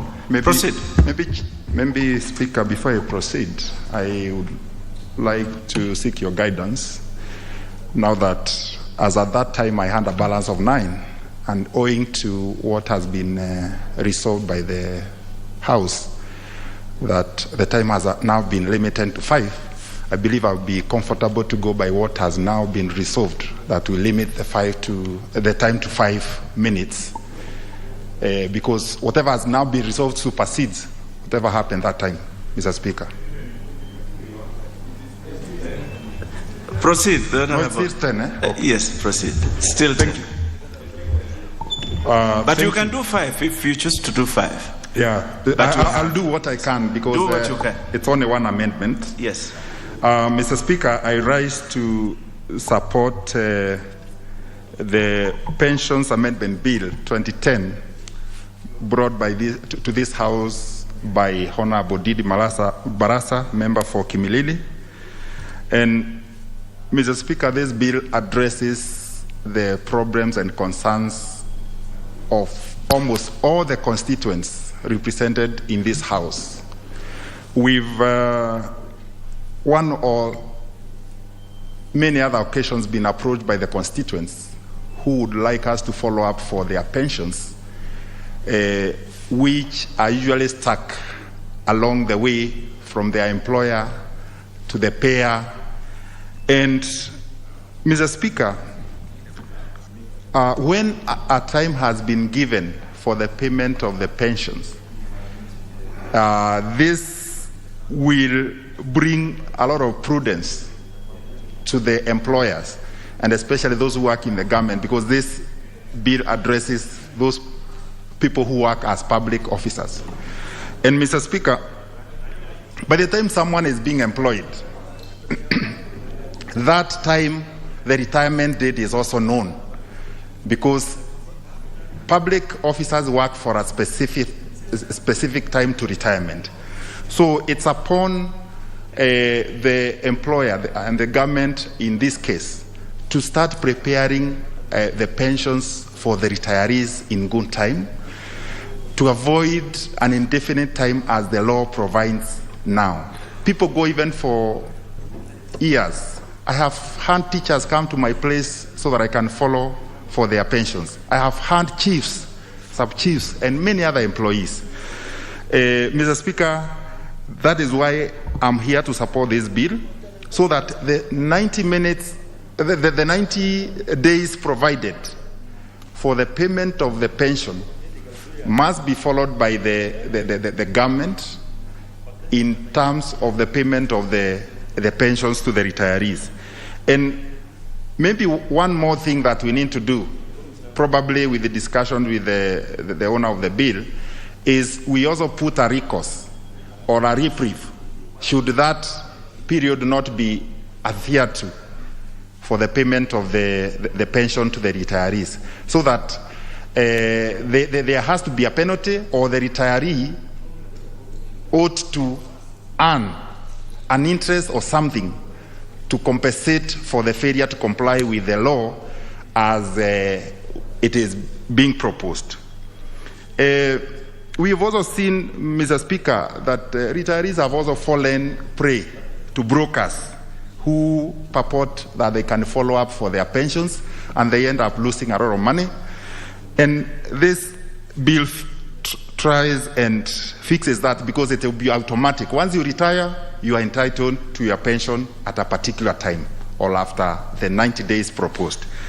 Mr. Speaker, since it's only one amendment that is being sought, and which is very crucial, and that will address the problems of our constituents, I would not want to belabor, so that I can give any other person with an interest to contribute an opportunity to do that. Thank you, Mr. Speaker. I beg to support.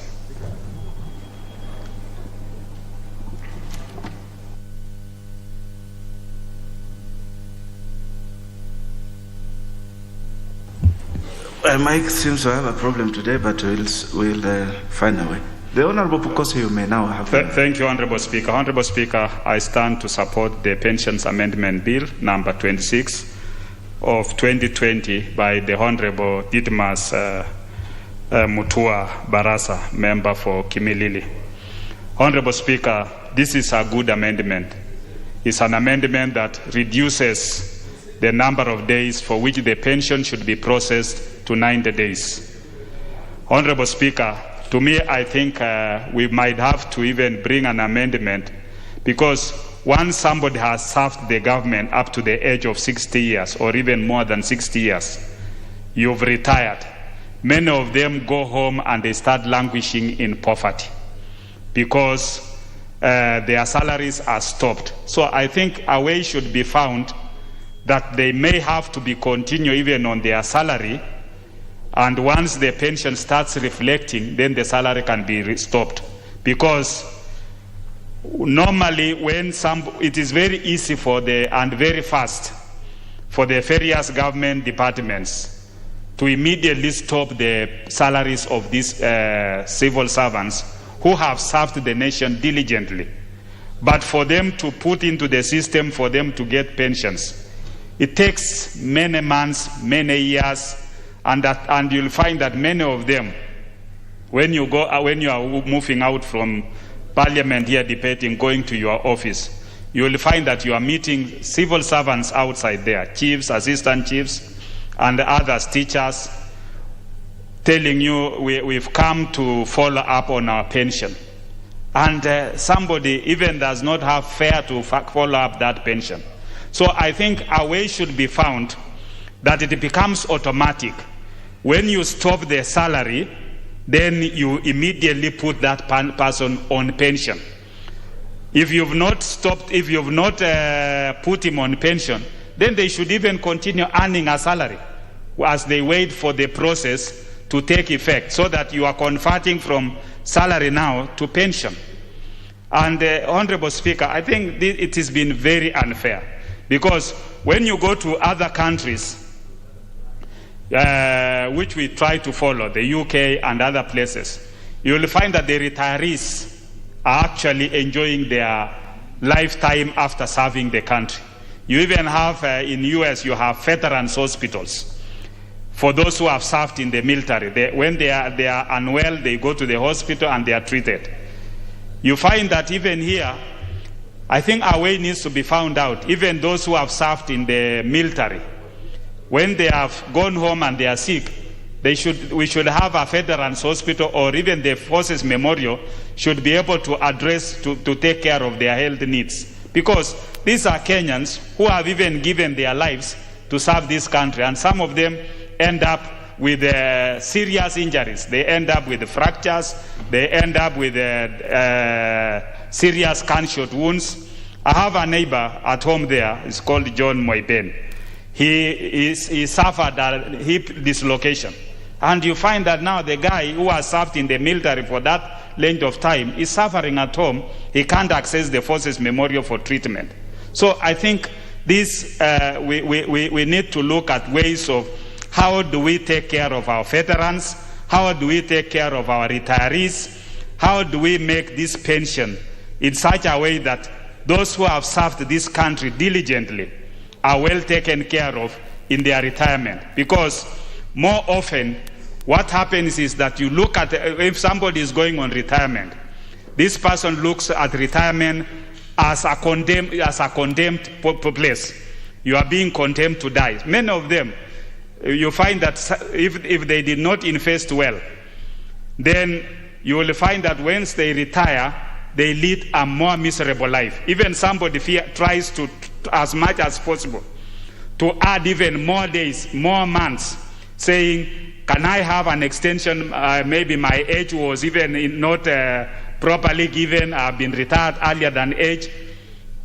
And it ends up, and this kind of cycle is actually what promotes even corruption, because people want to steal so that when you go on retirement, you have enough money to take care of you. Yet you've served the government, you could be able to serve honorably, do the job that you are supposed to do, and when you retire, you go home happy to a more comfortable life, now that you are not waking up early, you are not stressed to go to work and that kind of thing. So I think this bill by the Honorable Mutua Barasa needs to be improved such that we can have a more seamless retirement benefits, retirement pensions for all our workers. With those few remarks, Honorable Speaker, I want to support. Well spoken, the Honorable Pukose. We must treat our retirees as they have invested their time in service to the nation, and they must enjoy the fruit of their investment. The Honorable Atandi, member for Alego Songa. Thank you, Honorable Speaker.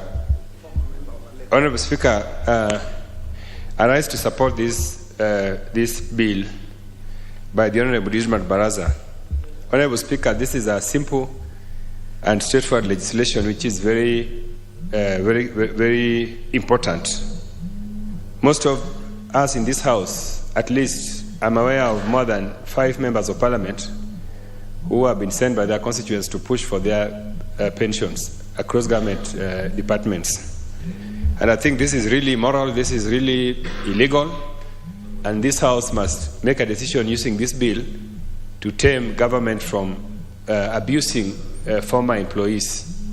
Because you do not serve government, and once you leave government, you start again another job of following up your pension. This is really not right. And I think I want to thank Honorable Didmas Baraza for, out of his busy schedule of tangering, he has been able to find time to think about something that can help Kenyans. And I think this is very important. The Honorable Speaker, I was consulting with him, and we have noted that, Honorable Speaker, the people who suffer more. Attorney, the Honorable Attorney, just hold on. The Chief, the Whip for the majority seems to have a point of order. The Honorable Angwe, what is out of order? Thank you, Honorable Speaker. Honorable Speaker is the very educated member for Lego. In order to use a terminology that doesn't exist in the approved languages, this House has only 2 languages which we understand, English and Kiswahili. Honorable Speaker, he has said, busy tangering. I want to understand, Honorable Speaker, whether that is English, Kiswahili, or which language is that, Honorable Speaker? The Honorable Angwe, that is a tanga is a Swahili word. Thank you. And it has entered the lexicon, the common lexicon of Kenyans, and I think the Honorable member for Alego Songa is well understood. And the Honorable member for Alego, I'm happy that we are sitting right next to the Honorable Mutua Barasa without any problems. And this is the way it should be. Proceed. Thank you, Honorable Speaker. Honorable Speaker, maybe I need just to clarify that tangering in English means roaming about and roaming around. And I think this is what my brother here, Didmas, has been doing, but I thank him for thinking through this bill. Honorable Speaker, I wanted to add that the people, there's a section of Kenyans who suffer more on this question of pension. When you lose your loved one and you want to access their pension, you really face the biggest dilemma. I have been privileged to follow up some pensions for some of my relatives who passed on. Honorable Speaker, this is something that you really cannot be able to access in this government. And therefore, I've agreed with Honorable Baraza that we are going to introduce an amendment to include beneficiaries of pensioners so that they also be able to access their pensions in less than 3 months as been proposed in this bill. Honorable Speaker, thank you very much. I cannot overemphasize the importance of this bill. As I've said before, this bill is very, very important. We cannot have government mistreating their former employees, and this bill is going to cure this anomaly. Thank you, Honorable Speaker. I support.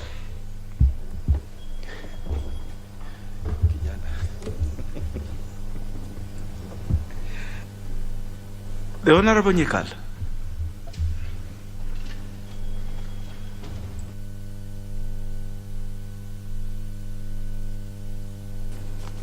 Thank you, Mr. Speaker, for giving me opportunity to contribute to this bill. Mr. Speaker, let me start by congratulating the mover of this bill because it touches on all of us and on everybody in this country at one point or other who is employed.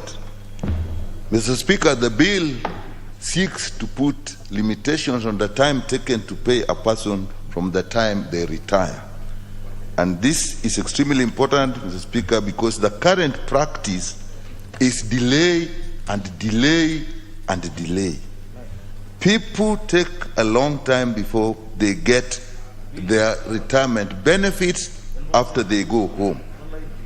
And further still, there is a lot of uncertainty as to whether they will be paid. You find these people moving around from government office to government office, from a politician's office to politician's office, their MCAs, their MPs, just to help them get what is their right. This is totally unacceptable, Mr. Speaker. So limiting the time is extremely important. So, Speaker, this causes enormous suffering to these people who are accustomed to a regular income and organize their life around it. Some had even gone ahead to prepare how they will invest and use their retirement benefits, and they failed to get it. But the biggest impact that it has on these people is actually the issue of health. By the time people retire at the age of 60 and above, they have a lot of health problems. And staying a long time suffering actually aggravates the situation. You find many of them actually get sick, many die. And when they die, the situation gets worse because their next of kin cannot actually claim this thing. Many don't even know the process of claiming it. And you find that this remain as unclaimed assets. A country should not actually put a process for unclaimed assets where it is possible that the owners of the assets can be traced. Some remain unclaimed because of the fault of the system we have put in place in giving them their assets when they need it.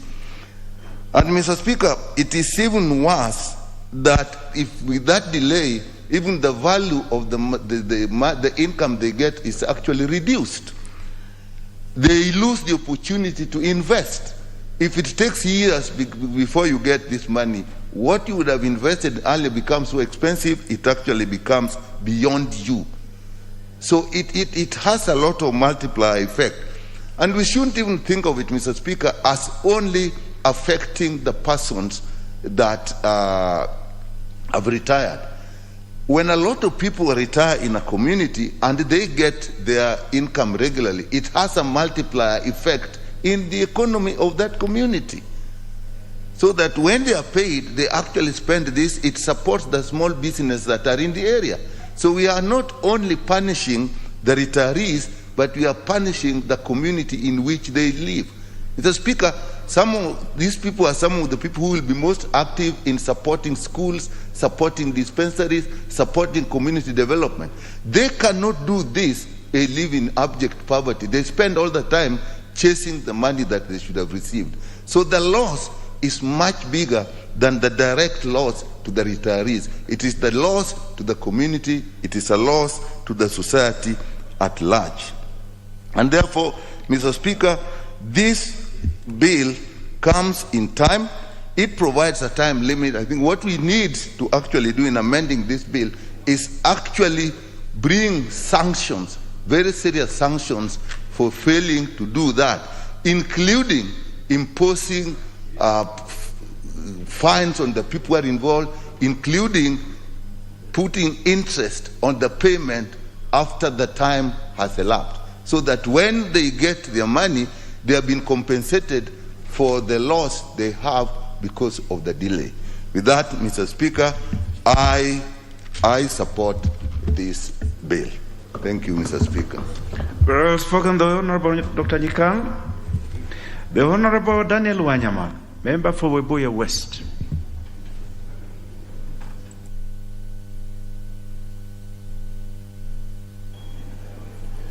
Thank you, Mr. Speaker. I also want to support the bill brought by Honorable Barasa. And on the onset, Mr. Speaker, I think the government or the people processing this pension have taken Kenyans for granted for quite a long time. And it is important that this bill has come in place when we must actually put laws in place and crack the whip for these people who delay the pension for the people who have worked hard for the Kenyans when they go back home. In fact, this is a saving of the pensioners, and it should be treated like when one deposits a fixed account in the bank, such that anytime you want to access it, it should be readily available, and that no delay should be there when somebody wants to use this money. In fact, it has caused a lot of injuries on the pensioners, because when they get back home and they have issues to settle down, honestly, the pension people have always taken it for granted that even somebody going to claim for the same must bribe the officers for him or her to get her money back that she or he worked for a long time. So this bill, honestly, and I want to agree with other members, that we must put sanctions. Sanctions that if the time put in place, the person has not gotten his or her pension, then the person who actually delayed the payment of the same should be surcharged, so that actually it becomes a very punitive law for people not to joke with people's lives. It is important, Mr. Speaker, that this has been taken a long time, and I want to agree with members that whenever we go back home, teachers will come, civil servants will come, because their pensions have really delayed to be paid. And this should also go to the extension of the beneficiaries after the pensioners have passed on. Because it is even worse when the pensioner passes on and yet the pension that he was supposed to get has not been released. It is always a nightmare.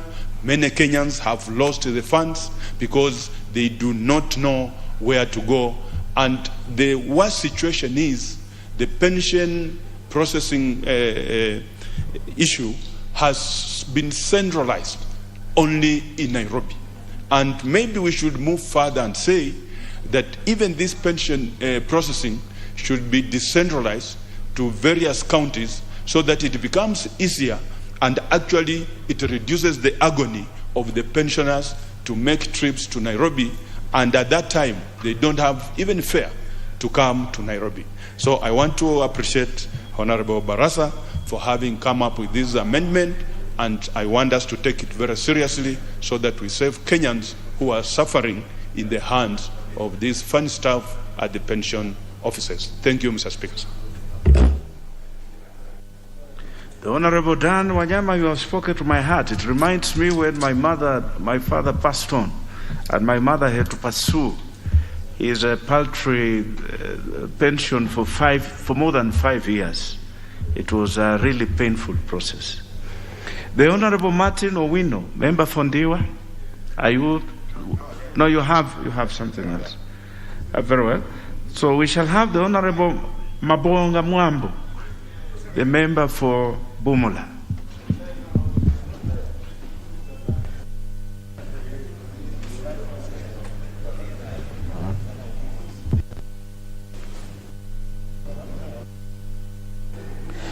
Oh, thank you, Mr. Speaker. From the onset, I also wish to support this amendment because it's an amendment that is coming at the time when many Kenyans who are retirees are living very undesirable lives. Today, Mr. Speaker, as I stand here, I have several names within my phones to check their status of the pension here from Nairobi. And at times my PA is involved in such a thing since morning up to evening without any response.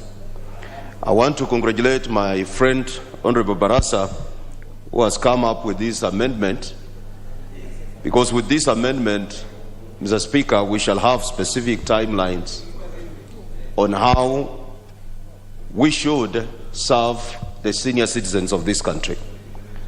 Mr. Speaker, yesterday, and the Honorable Member, I don't know whether he's here, we were with the Honorable Member for Kiminini, and even one of our colleagues came around. One was chasing his own issues and the issue of the wife. And you look at the kind of life these people are living, Mr. Speaker, it's pathetic. One of the reasons why people save for retirement is so that they can live a good life, if not maintain the same life they've been living. But you go to retirement where you cannot even access your medical cover. You cannot be able even to run around with just to have your own basic life. Yet you served the nation with all the energy and dedication.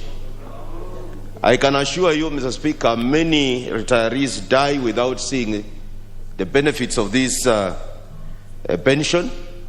And this is the right time for us to put the right measures in place. If we talk of punishment, we have to be very specific, because if we do research, we need to know why there has been delay with the payment of the pension of the retirees. Because at times it's not even treasury. You may realize the money is there, but the staffs have their own way of working. And if we put the punishment, we must also put the benefits. That if, actually I agree with the member who has said that we've talked of the 3 months, if the 3 month elapses, every month that member must be earning an interest of the money that he has saved. If we do that, Mr. Speaker, we shall be able to save lives. And you remember that many of these people, when they retire, they go to the community. And if they have money that circulates within the community, they will be able even to assist quite a number of people. Some people go to retirement, Mr. Speaker, they are still having children who are still going to school. And today, you happen to come from the region where I come from. If you wake up in the morning, you'll be surprised, especially the teachers who have a problem. I think the teachers of 1990 somewhere there. Every day you go home, they have even formed a caucus. They will come to your home requesting how they can be assisted. But whenever you come up here, you rarely get the good response to give them. So, Mr. Speaker, if we can put these things into law, the pension of somebody at the lapse of 3 months, if he has not been paid, the money starts earning interest. It will be the responsibility of the involved agents or the ministry or the department to ensure that they clear those benefits of the retirees right on time. Mr. Speaker, something else that has just been mentioned by my colleague here again. In this era of devolution, where everything, people are enjoying services at the close range, at the doorstep, and even you realize that even Pesa Sawazee, people are not traveling all the way to come to Nairobi. We must find a way of serving our senior citizens at the closest point possible. If these units can be established at the DC's place, or even at the county level, they will not be struggling to come all the way to Nairobi, struggle where to sleep. Some of them have no places to spend, struggles to look for politicians to assist them. Some of them will go on looking for friends. You'll find them on the streets. If you go outside the gate, you'll find people lining up. There must be a way within this amendment that we must find a way of accommodating our senior citizens at the devolved units so that it can be. Colleague Ditmas, who have come up with such a great amendment. It's a proper care of our people, because today we're here, tomorrow we will be the same people requesting for the same service. Thank you, Mr. Speaker. I support this amendment. Very well spoken, the Honorable Member for Bumula, the Honorable Mabonga. The Honorable Okwome Adepo, Member for Karachuonyo. Thank you, Mr. Speaker, sir. Now, the question of pension is a very interesting one. The pensioner all the time knows when he's retiring. And the employer keeps on reminding him of the retirement date. Maybe to prepare him psychologically and financially for the time he's going to be without a job. For that, I congratulate the employer. But then when the employer wants the retiree to prepare himself, what is he doing on his part? This is a very important question. He should also prepare for the departure of his employee by making sure that all documents he needs for payment of pension are ready before the departure of the employee. But then they don't do this. They just keep quiet. And they know the consequences of this person leaving employment without any money. So somebody is careless here, and that's the employer. And somebody is going to... I think this is a very serious thing. Honorable Barasa, I congratulate you for having seen this and brought up this motion for us to discuss. I want us to put a lot of emphasis on this so that when the employee is as careless as to ignore what's going to happen to this person who has given his best of service, if this employer does not bother what happens thereafter, he should pay a penalty for it. But let me turn back to the employee. If he's departing before his payment is ready, I agree with my colleague who suggested that he should remain on the payroll until the pension touches his bank account. If full salary maybe is not commensurate with the situation, then I ask that we give him half of his salary until he gets his pension. And then action should also be taken on the person who is responsible for this unnecessary expenditure. I call it unnecessary because nothing is accidental about the delay. The delay is occurring when everybody is aware, and the person concerned is just smiling, not bothering. I'm told, this one I may not be totally sure, but I'm told that some of the retirees are asked for chai kidogo, if I can use that word, in order that he can be paid what is rightly due to him. That delay is creating many problems to the citizens, to the senior citizens of this nation. I therefore support this bill and support it strongly, Mr. Speaker. Thank you for giving me your time. The Honorable Ogola Ochanda, Member for Bondo.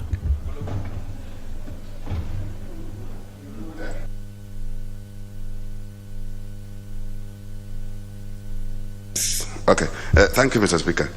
Mr. Speaker, from what I've been hearing most of members say, it's like pension is a favor. Pensions are not favors. Immediately one is employed under pensionable terms, that person starts paying himself. He contributes to this fund from day one to the end of his date when he's retiring. So it is actually your money. It is not a favor. So any other employer, or including the government, when they are treating pension as though it is a favor, is really, really, really absurd. Because you pay a bit, and the government, your employer, also pays a bit. So when the point at when you are retiring, every employer each year knows how many of their staff are retiring. Much more early, they know. And when they get to know that so and so is retiring in this year, definitely the preparation for that person's pension needs to start. So this idea that you want to wait until somebody is retired, until he goes home or she goes home, is when you start processing the issue of pension, I think is not right. And this is something that needs to be done much more early. The employers need to be updating all these things much more early, because retirement is not an accident. Retirement is very clear. There is a date, and every employer knows when each one of their employees are going to retire. So it is not a favor, it is a contribution. And the problem that has been there, if it has been the part of the employer that has been having a problem, then immediately the payment of the part of contributions that have been done by the pensioner himself or herself needs to be paid immediately, because that is his money or her money. So if you put it together now with the contribution of the employer and then it starts taking too long, then I think there's a problem. So the whole idea of 90 days is fine. But I think it's not good enough because we are treating this as though pension is really a favor, and it is not. The other thing that has been alluded to, there is double tragedy in terms of handling or chasing issues of pension by beneficiaries when a pensioner dies.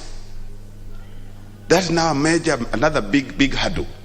Yeah, it has been alluded that it is really a big issue, and I think we need to be very clear that when issues of pension on death needs to be arranged in a manner that we put the other assets aside, and these are supposed to be quick recoveries, things that beneficiaries needs to recover very quickly, other than waiting for too long.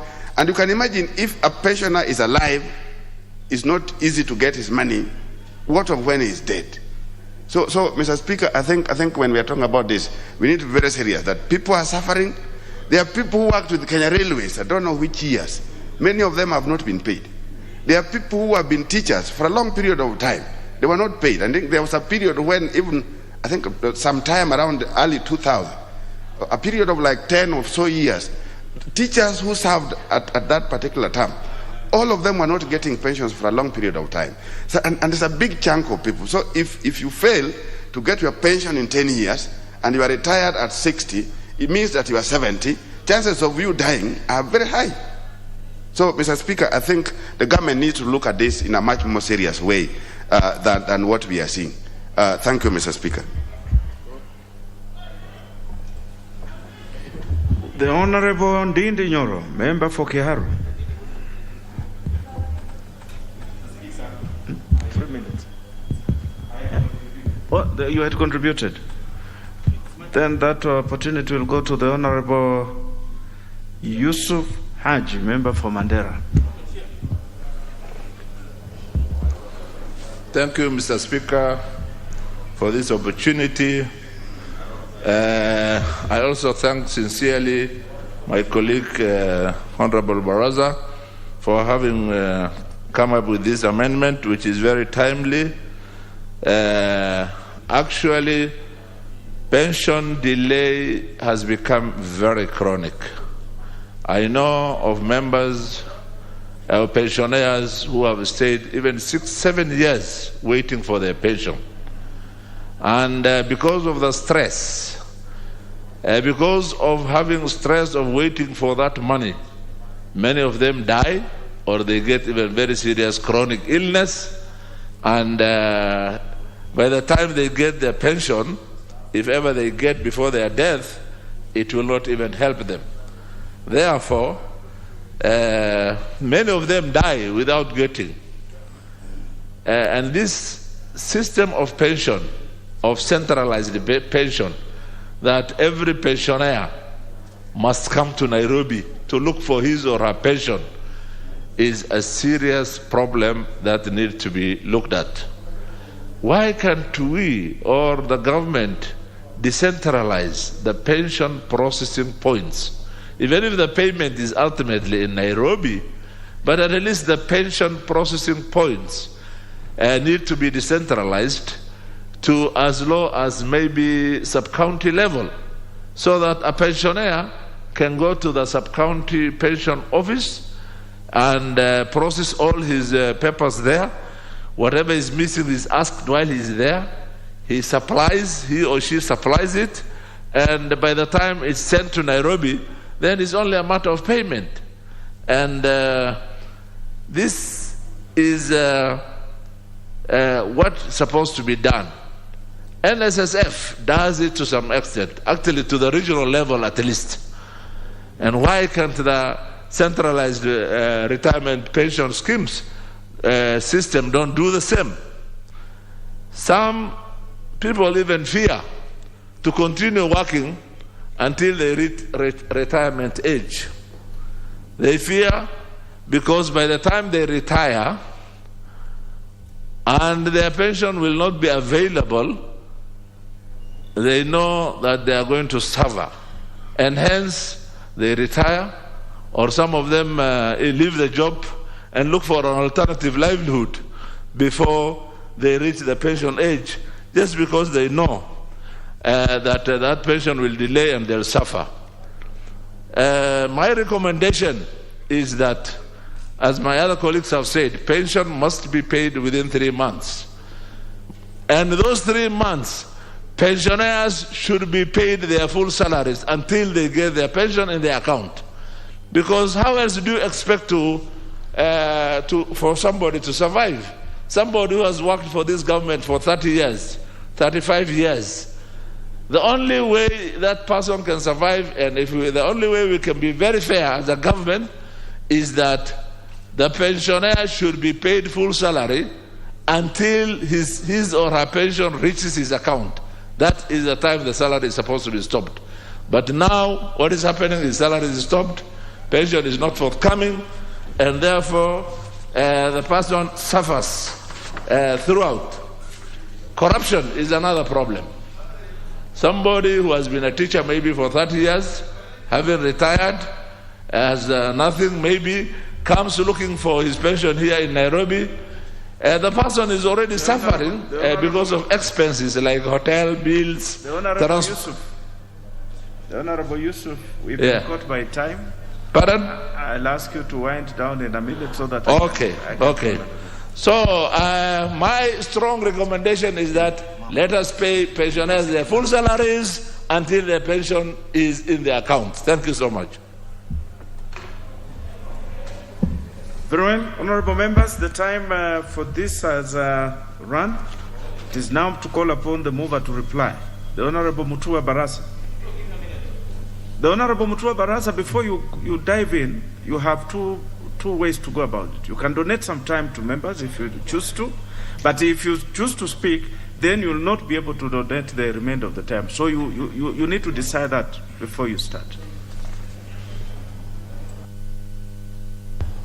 Thank you, Honorable Speaker, for giving me this opportunity to move. And before I proceed, I will want to donate 2 minutes to Honorable Kioni, 1 minute to Honorable David Ocheng, and 1 minute to Honorable Badi, Member of Parliament for Jomvu. So they will finish, then I will wrap up. So that's very orderly. The Honorable Kioni, proceed.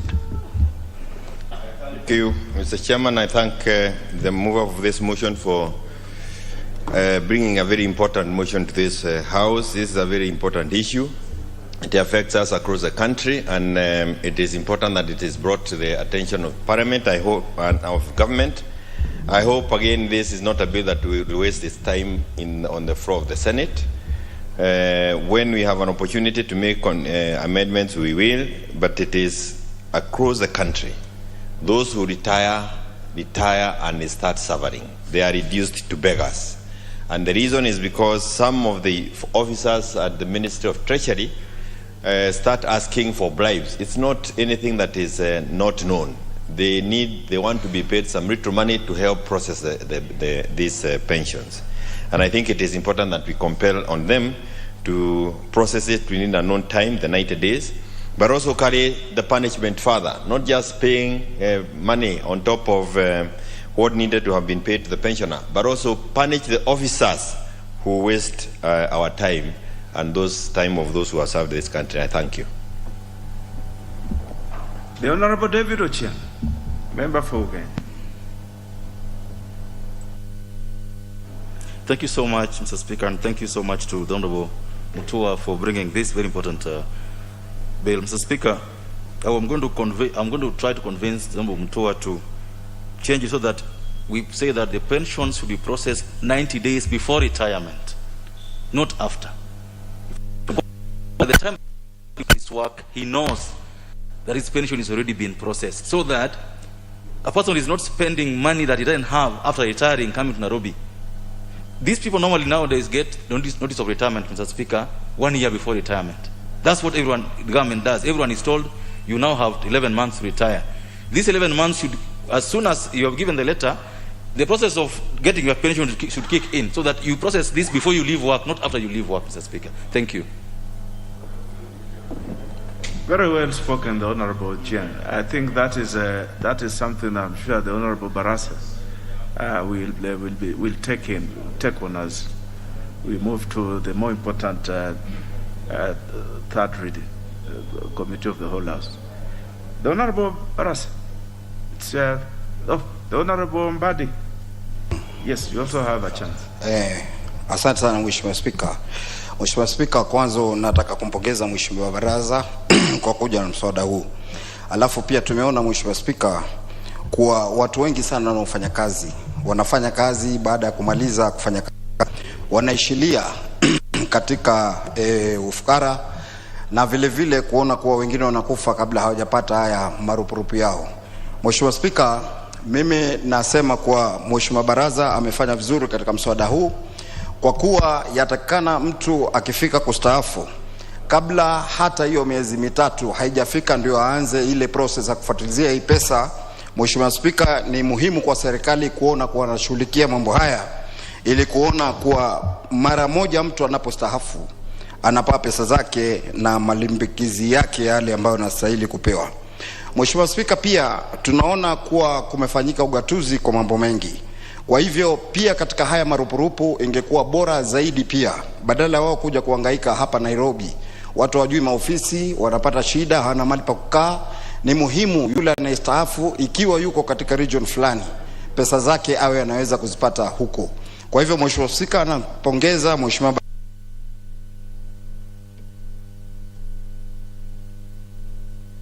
The Honorable Mutua is now the opportunity to wind it up. Thank you, Honorable Speaker. I want to appreciate all members of Parliament who have supported these amendments and say that this bill will herald a new beginning in this country, that retirees will never beg pensioners to pay their pension because the pension belongs to them, Honorable Speaker. Honorable Speaker, this bill will also save Kenyans who are retiring from the colossal sums of money that they pay to middlemen and brokers in the name of corruption, in what they usually say, pushing the file, Honorable Speaker. Honorable Speaker, I have noted the concerns of many members of Parliament, notably being that we consider during a committee of the whole House to do an amendment to ensure that the preparation of this pension should be done before somebody retires, and also consider introducing a penalty to compel the pension schemes to process their pensions as stipulated in this law, Honorable Speaker. Honorable Speaker, I want to urge Kenyans that this House holds their interests dear, and that we will do everything possible to ensure that this bill, this House approves this bill, and once signed into law, we will also continue to monitor its implementation and propose further amendments in future to ensure that there is no Kenyan man or woman who will suffer because of their pension, and that after they have retired, they must get their money to continue servicing the loans that they have. They must get their pensions to continue also paying for their own insurance, the medical insurance. As you all know, that people retire at the age of 60, some at the age of 70, and there is not rocket science that one has to apply to know that this particular officer is retiring at this particular time. So this bill will come to cure so many problems. I know there are people who have died before accessing their pensions. I know we have people who have been auctioned before they access their pensions. And the reason why we have introduced a pension scheme in this country is to ensure that upon retirement they will use this pension money to set up their business. Some will become consultants, but all those wishes disappear because of kind of things. Hold on, the Honorable Barasa. With these very few remarks, Honorable Speaker, I reply. Very well. The Honorable Badi Twalib, you do not seem to have a mask at all. The Honorable Mbogo, member for... Yeah, it is not supposed to be in your pocket. Just wear it. We still require to have masks in the House. So members, just let us be cautious. We are at that age when if something happens to you, you never know. Let's just stay on the cautious side. Let's wear these masks as much as possible. The Honorable Barasa, thank you for this job well done, and this is something that is really exciting and the purpose of this House. to make the life of citizens, and especially those who are vulnerable, like the retirees, a little comfortable. If we make it difficult the way we have currently, I don't think we are doing a good service to the country. So it is a good proposal from you. Thank you. I will not move on to the next stage. I will direct that that will be undertaken at the next time this matter will be listed, so that the question could be put. I direct that we move to the next business on the order paper. Order number 21, the Community Health Workers Bill, National Assembly Bill number 30 of 2020, second reading. The Honorable Martin Owin, member for the.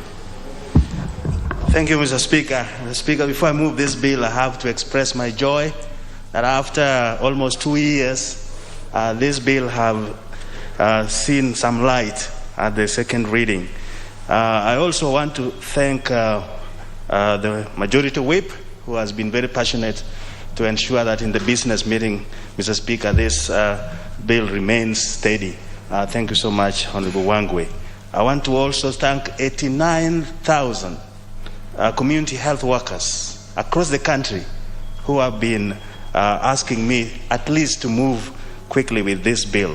And that said, I also want to thank our health committee, led by Honorable Sabina Chege, who went through this bill and made some amendments, which I will be alluding to. And also Dr. Nyikal, who made several community health policies, which were supposed to be implemented by this unrecognized cadre, and as well as the entire workforce, which I can call colleagues in professional medical care. So, Mr. Speaker, I rise to move the Community Health Workers Bill, National Assembly Bill number 30 of 2020.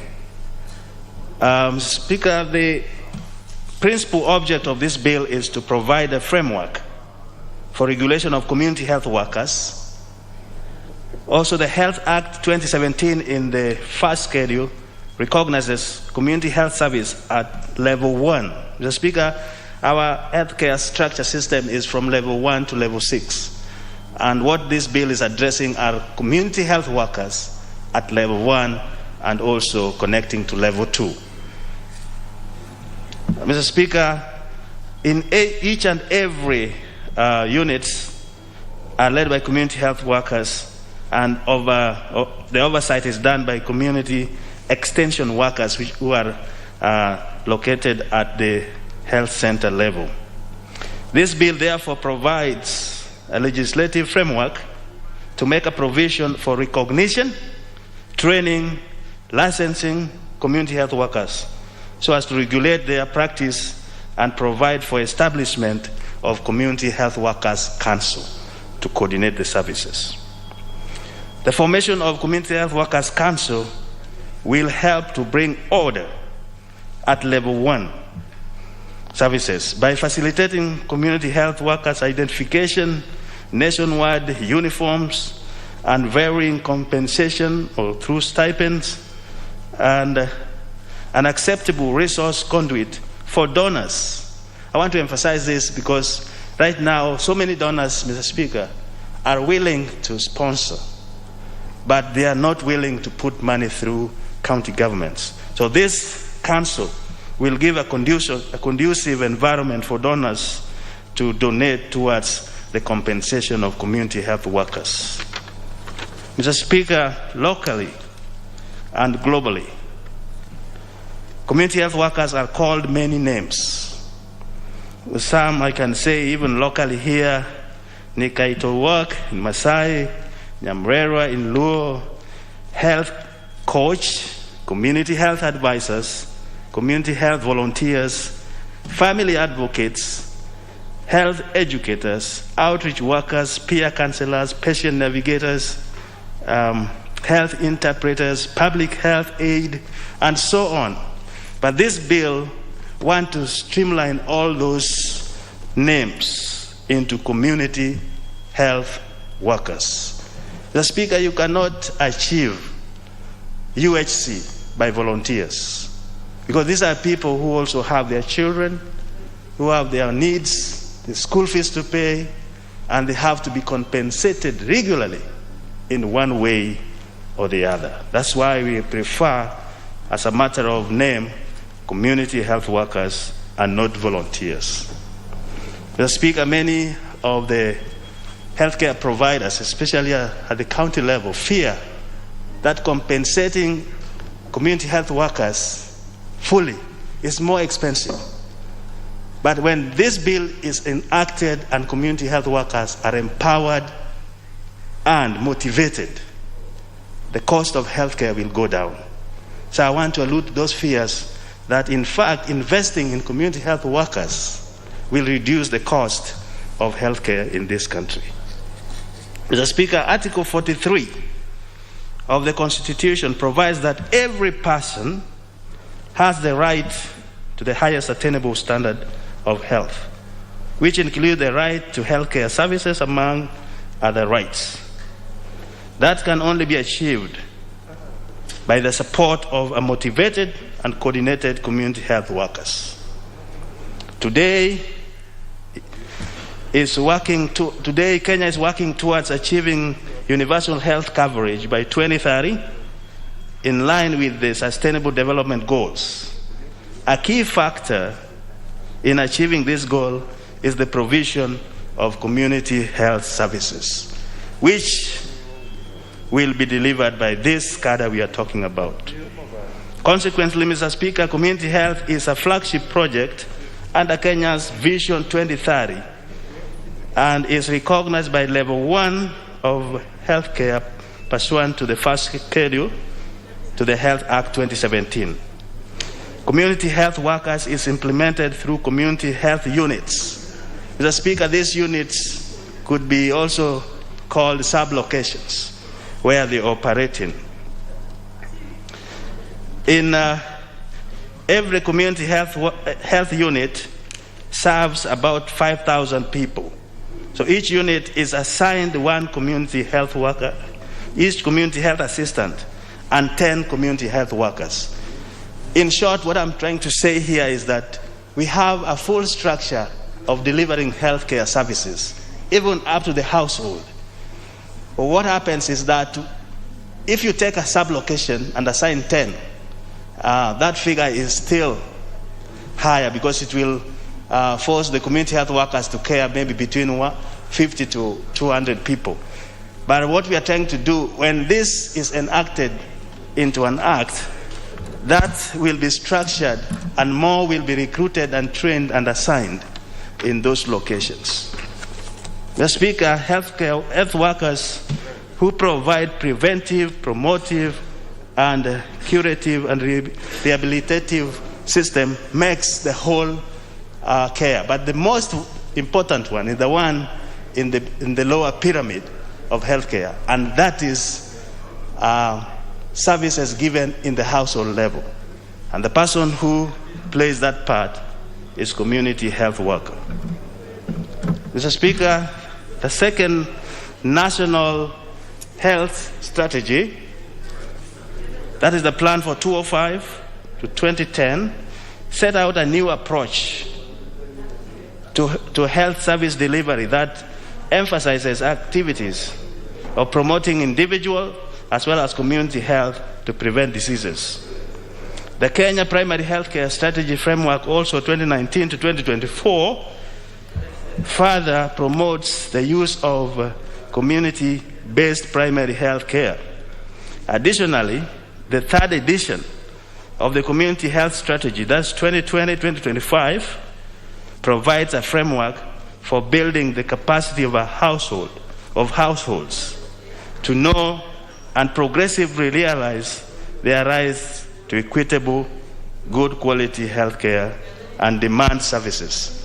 Mr. Speaker, what this addresses is that if all of us throughout the country can have self-care, can have health-seeking behavior, that means going even to a hospital or to a healthcare facility to be checked up, even when there's nothing wrong.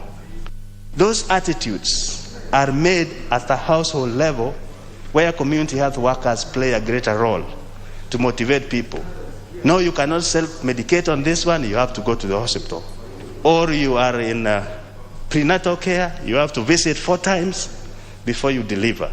All those important decisions are made in the household. And therefore, the motivated community health worker will be a very, very useful tool there. Mr. Speaker, access to comprehensive quality health care services is important for promoting and maintaining health, preventing and managing diseases, reducing unnecessary disabilities and premature death, and achieving health equity for all Kenyans. Today, why I'm emphasizing that we need to uphold this bill and pass it is that the ratio between those who care or provide health care and the patients are so wide in all health cadres. For example, the WHO recommends that we have 1 doctor to 1,000 people. Here we still have 1 doctor to over 16,000 people. It's not possible.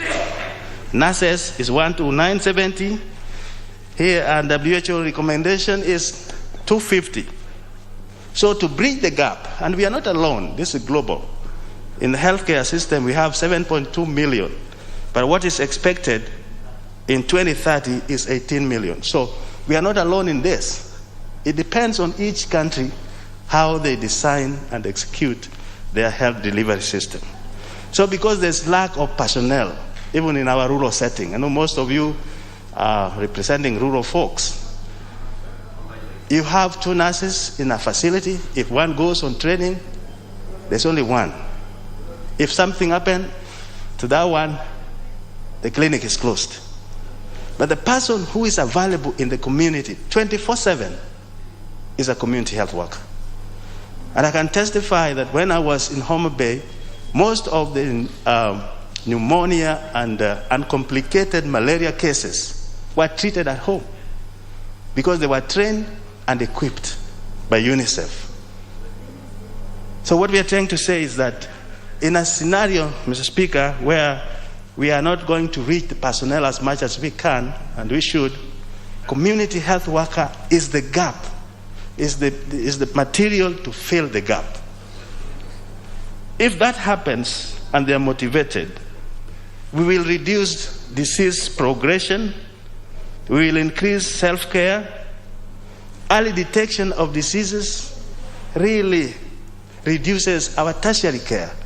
We will have very minimal admissions because most of the conditions or ailments would have been dealt with primarily at the local level. Even preventive care like cancer. Mr. Speaker, most of our people now appear in a tertiary care at level 3 or 4 when they are almost done. You talk of diabetes when the organs are failing. You talk of blood pressure. Some end with stroke. So the health outcomes without community health workers' intervention when diseases are still at their primary level are costing the healthcare industry a lot of money.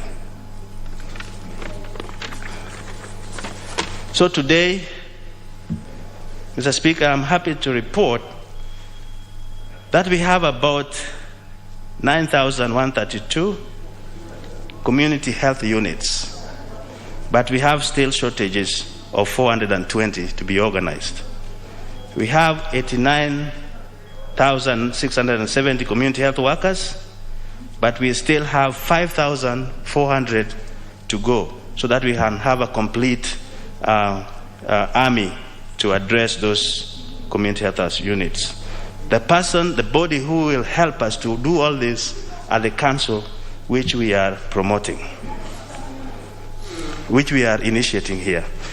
So, Mr. Speaker, with fully trained, equipped, and motivated community health workers, the following will be achieved, and this will help a great deal our country. Number 1, they will make home visits and initiate dialogues with household members. Number 2, they will motivate community to value health so that they can have that self-care or health-seeking behavior. Early detection of diseases and conditions, the increase in disease detection and diagnosis and treatment and follow-ups. The speaker just giving somebody a pill or a drug, so to speak, does not mean he will take the entire course and the outcome of the health will be okay. He needs a supportive system, and this is community health worker. We will also have provided patient support and disease treatment adherence. They will reduce self-medication. Because of the cost of healthcare now, many people turn to self-medication, which I discourage them not to do.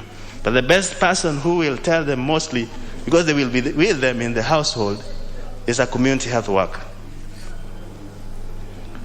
Mr. Speaker, currently we still use old data, but when given phones, this can collect updated data and help us in managing the system. Maternal neonatal child mortality is still high in Kenya, but it has been approved, or it has been known through a lot of research that community health workers help in significant reduction of these mortalities. Access to undeserved communities, like now we are talking of social insurance. The best person to know who needs an insurance so that he can visit hospital is a community health worker. And of course, that will reduce travel, will reduce cost of care. So, Mr. Speaker, in conclusion, this bill passed through public participation, and we have several admissions. Some came from Ministry of Health, some came from Public Health Officers and Technicians Council, some came from National Gender and Equality Commission. Also, we had a submission from Community Health Services and Development Officers Association, Society of Community Health Caregivers, the People's Health Movement, and also Mr. James Wakungwi Sakwa. All that after being reviewed, the committee came up with some amendments, which I want to read very quickly. Clause 5, we thought should be changed to ensure that both national government and the county government are all involved. And that also will affect Clause 6, which is the formation of the council. They will be represented. The amendment of Clause 18 of the bill will ensure that a person shall qualify for appointment as a registrar if the person has any degree recognized in Kenya. Also, we had amendment in the second schedule that the bill will ensure that a person performing the functions of a community health worker shall be required to have only a minimum certificate of qualification to be eligible to be registered in the Act. The Speaker, that means even when Dr. Nyikal retires, he will have to go through certification of a community health worker in order to be in same as a community health worker. So we made it as simple as possible so that they remain in the community. The bill in part 7 rather, is on transitional provision. That means when this bill is enacted, then all persons performing the function of a community health worker shall undertake any of the courses prescribed by the second schedule, which will be oversighted by the Community Health Council. So I want to encourage and ask members, please, this is waiting, and it is a good bill that will help us to implement the community, to implement the universal health coverage. And when that is done, there's one similar bill like this coming up from Senate. So when we do with ours, we'll be able to merge this bill quickly so that we can get it out. And when we have this out. I think we who are in health frontier will be very happy to see that those diseases which are leading in mortalities in this country can be caught through preventive care or screening, and people are advised on time to seek care. We'll also find out that those who are braving diseases when the diseases are progressing in them can have a change of attitude, that they may seek care when the disease is still at a lower stage. This cadre will also make the level 2, level 3, which is a health center and a dispensary, very busy. And I think in our committee we have also asked the Ministry of Health to make sure that these levels are well equipped with both personnel and diagnostic equipment, so that when community health workers move people to these facilities, they get adequate care. When that is well done, we'll cut out all those referrals which are done because of advanced stage of the disease to tertiary care, which is very expensive. Because our outcomes in those facilities is either somebody is discharged with higher drugs or they die. So we lose breadwinners. I beseech you that you move quickly in your deliberation so that we pass this bill to organize the community health workers so that level 1 can be fully serviced. And as you know, Baba Care is coming, and I think this will be a great tool to use in that. So with that, I move, Mr. Speaker, and I ask my friend Dr. Nyikal to second. Thank you, Mr. Speaker. Dr. Nyikal?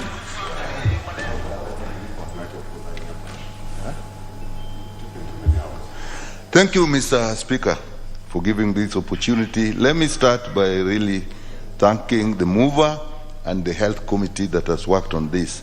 Mr. Speaker, as I second, I must take time to recognize Professor Miriam Were, Professor Kaseje, the two we start with in 2003 and 2004 when I was Director of Medical Services to actually bring out the community strategy, the basis of which are the community health workers.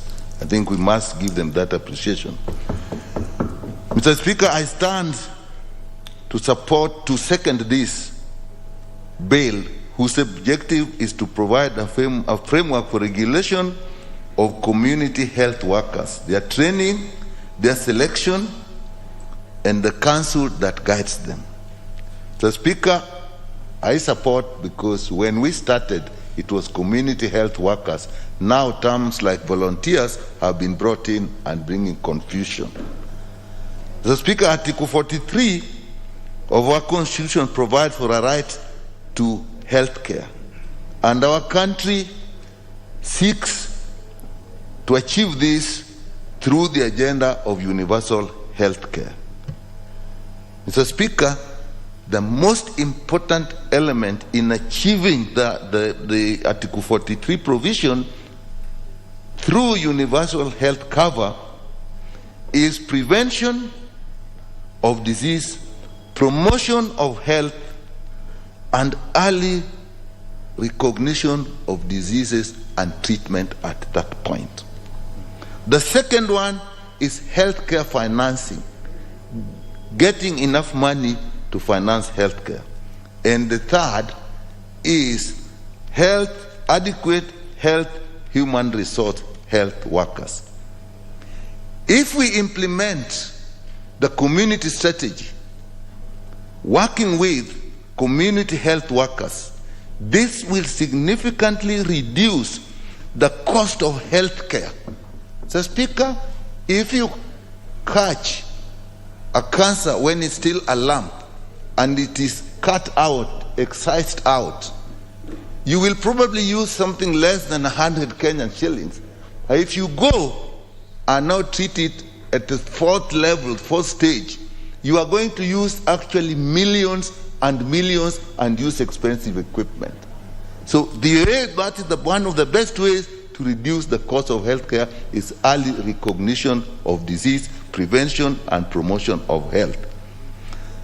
The bill seeks to entrench community health workers as part and parcel of our health workforce.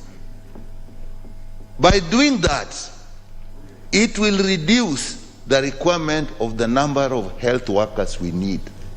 So if we can use this system, reduce the cost of care, reduce the health workforce that we need, that will go a long way. And how do the community health workers do this? Their role is actually, as I've said, prevention, promotion, early detection. But their role is actually working at the community level. People don't get sick in hospitals. People get sick at home. That is where illness starts. And they address the social determinants of health. The things we eat, the places we live in, the areas we work with, so that we address the causes behind the causes. Bacteria will cause cholera. But if you can't have clean water, you will not get the bacteria. So the cause behind the cause is clean water. And that is what they will address, those causes behind the causes, by advising the families. Because all this lie in the community. When people get into hospital, they are sick, it is rather late. So we must address this as community level.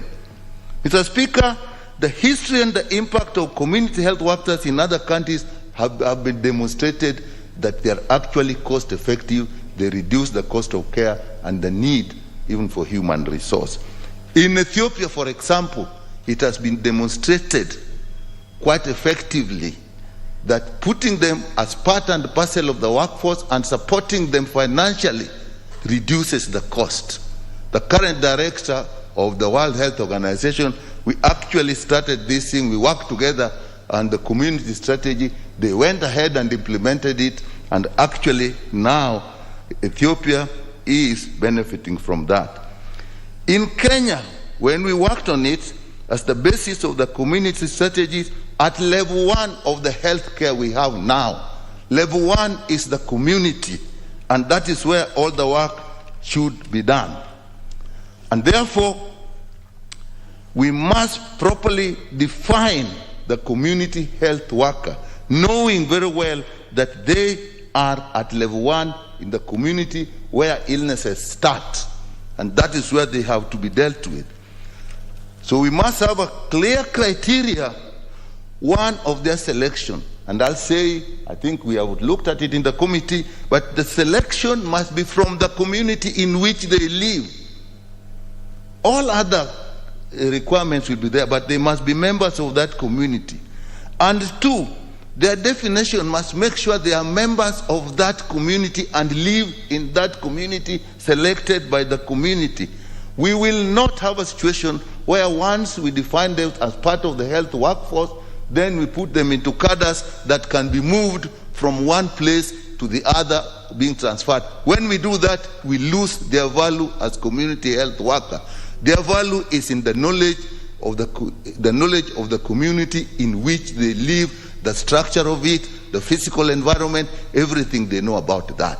So as we bring a council as for other health workers who are movable, this we must tie by definition to the community in which they live and by selection by that community.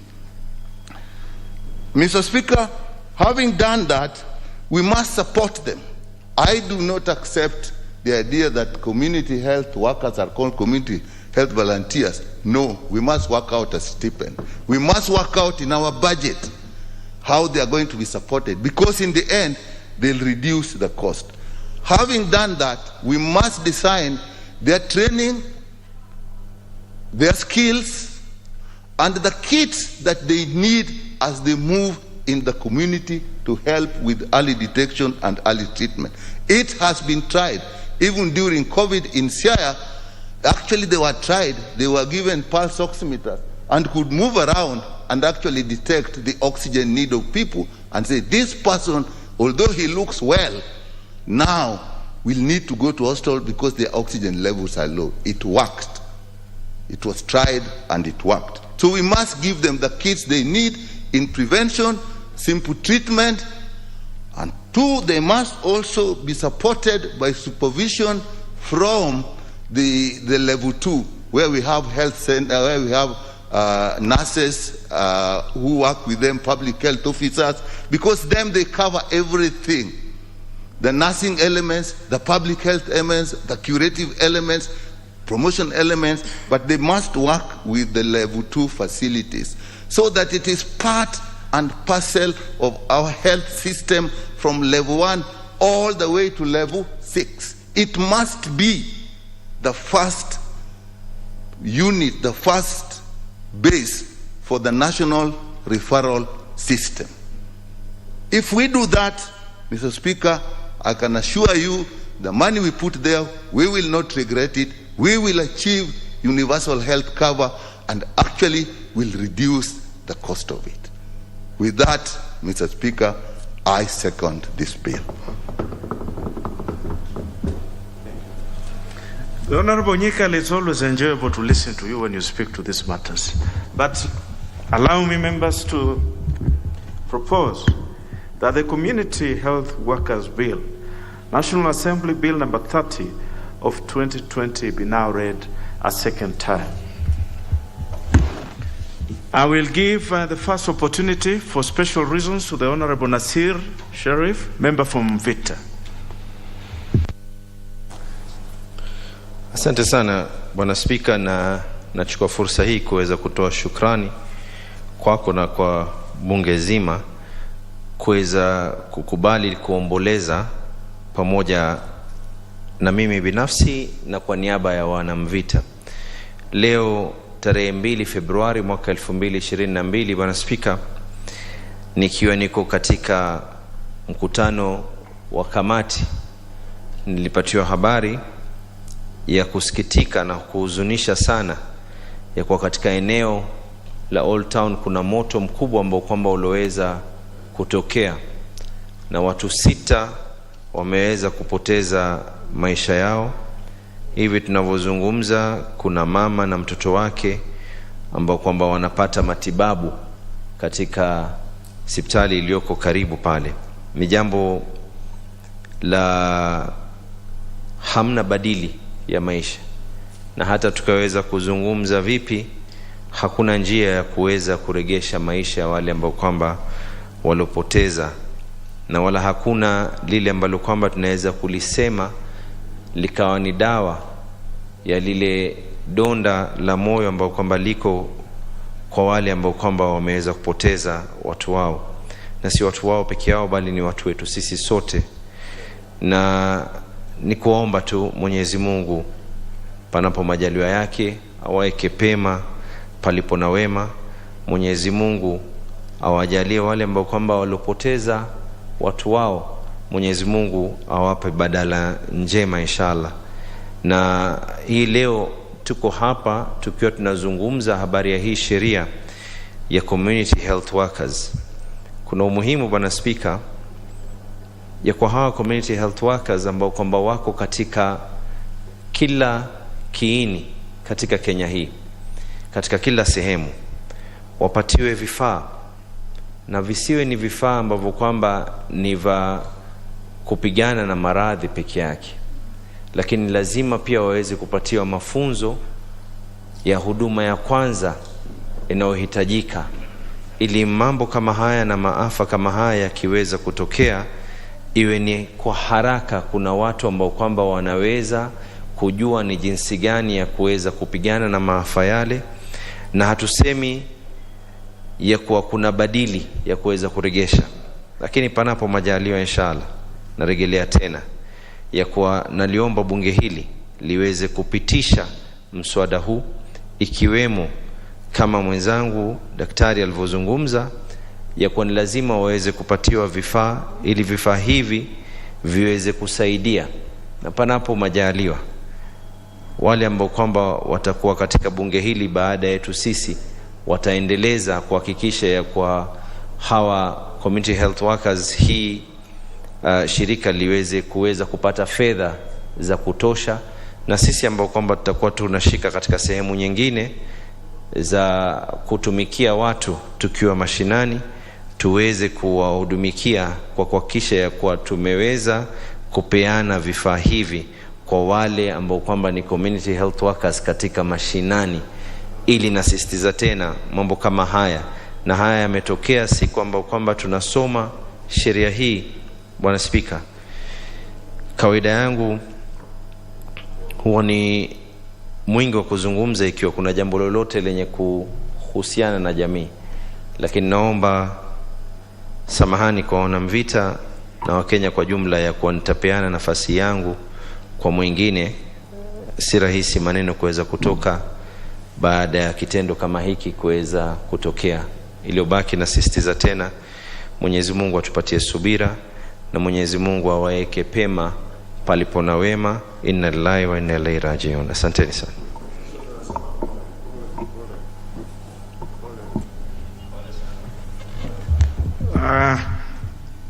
I want to, the Honorable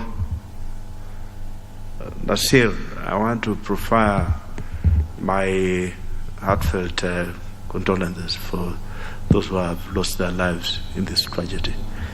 And may God help the families at this time and grant them the necessary peace to go through this. I will give the next opportunity to the Honorable Nyoro Ndindi, member for Kiharu.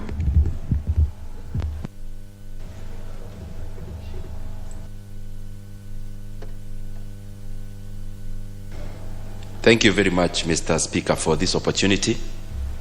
And I rise to support the bill. Mr. Speaker, across all our constituencies, I am sure we know the role that the community health workers play in our society, and especially in our communities where we live. And Mr. Speaker, most of these people, what they do is actually free service to the people of Kenya. Mr. Speaker, if you look at the oldest nations in the world, in terms of the age, the median age of the populations, there is a correlation between community health and the longevity of the people. Mr. Speaker, if you look at countries like Japan, countries like Cuba, where we have many people, where octogenarians, Mr. Speaker, are actually people of middle age in those countries, there is a clear correlation between that and the role that the community health workers play. Mr. Speaker, also economically, human beings in the economic sense, they are a resource of production. And the longer they live, the better. And the healthier they live, even the better, Mr. Speaker. Because where we have robust health services at the community level, we have people living healthy lives, and people who are blessed with many years and with longevity, if they are actually even more blessed with good health, they become, Mr. Speaker, agents of production even at their old age. And what this does is that it decreases the manner in which, Mr. Speaker, people depend on others. It reduces dependability levels. Mr. Speaker, if you look at a country like Kenya, we have many people, and especially our parents, our grandparents, they rely now on the people who are able to work. And Mr. Speaker, some of these people are immobilized because of ill health, which can well be arrested by having community health at the villages and at the lower levels. In countries like the ones I've given example, you get even 90-year-old, Mr. Speaker, who are practicing as lawyers, who are practicing in various professions. And therefore, Mr. Speaker, if they can depend on themselves, even at that old age, what that does is that it decreases the dependability levels, Mr. Speaker, thereby freeing of disposable income of those who are depended on for investment. And therefore, Mr. Speaker, there is a correlation, and a huge one, between economies that does well and the health of the population and the health of their citizens. Mr. Speaker, we can argue about the issue of cost in this House.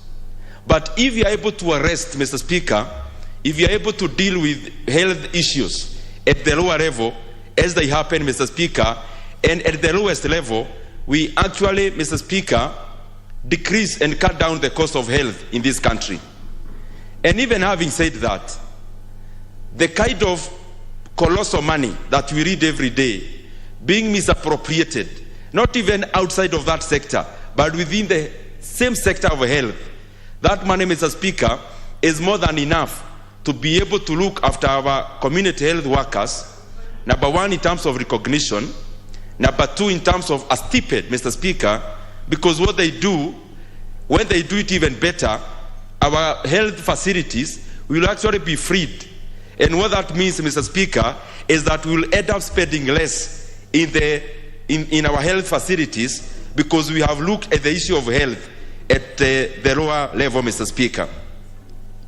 Mr. Speaker, even in our country, look at the kind of money that was misappropriated through KEMSA.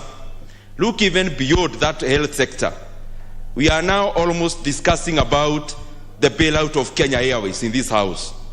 Mr. Speaker, some of the people who are made to carry the burden of KQ bailout in the tune of billions are people who have never been inside an aeroplane.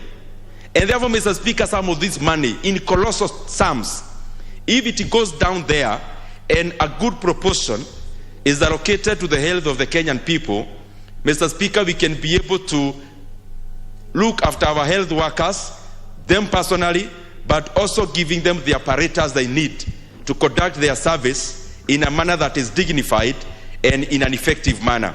And therefore, Mr. Speaker, I support this bill, and I request actually this House, any other time we have free time to be recalled in this House, I would rather we are recalled in this House to discuss this kind of bills that touches on the common mwananchi, and even the previous bill that we just discussed about the pensioners, Mr. Speaker, and about efficient handling of the pension money of the workers of this country. With those many remarks, Mr. Speaker, I support. Very well spoken, the Honorable Ndindi. I will now give this opportunity to the Honorable Badi Twalib, member for Jomvu.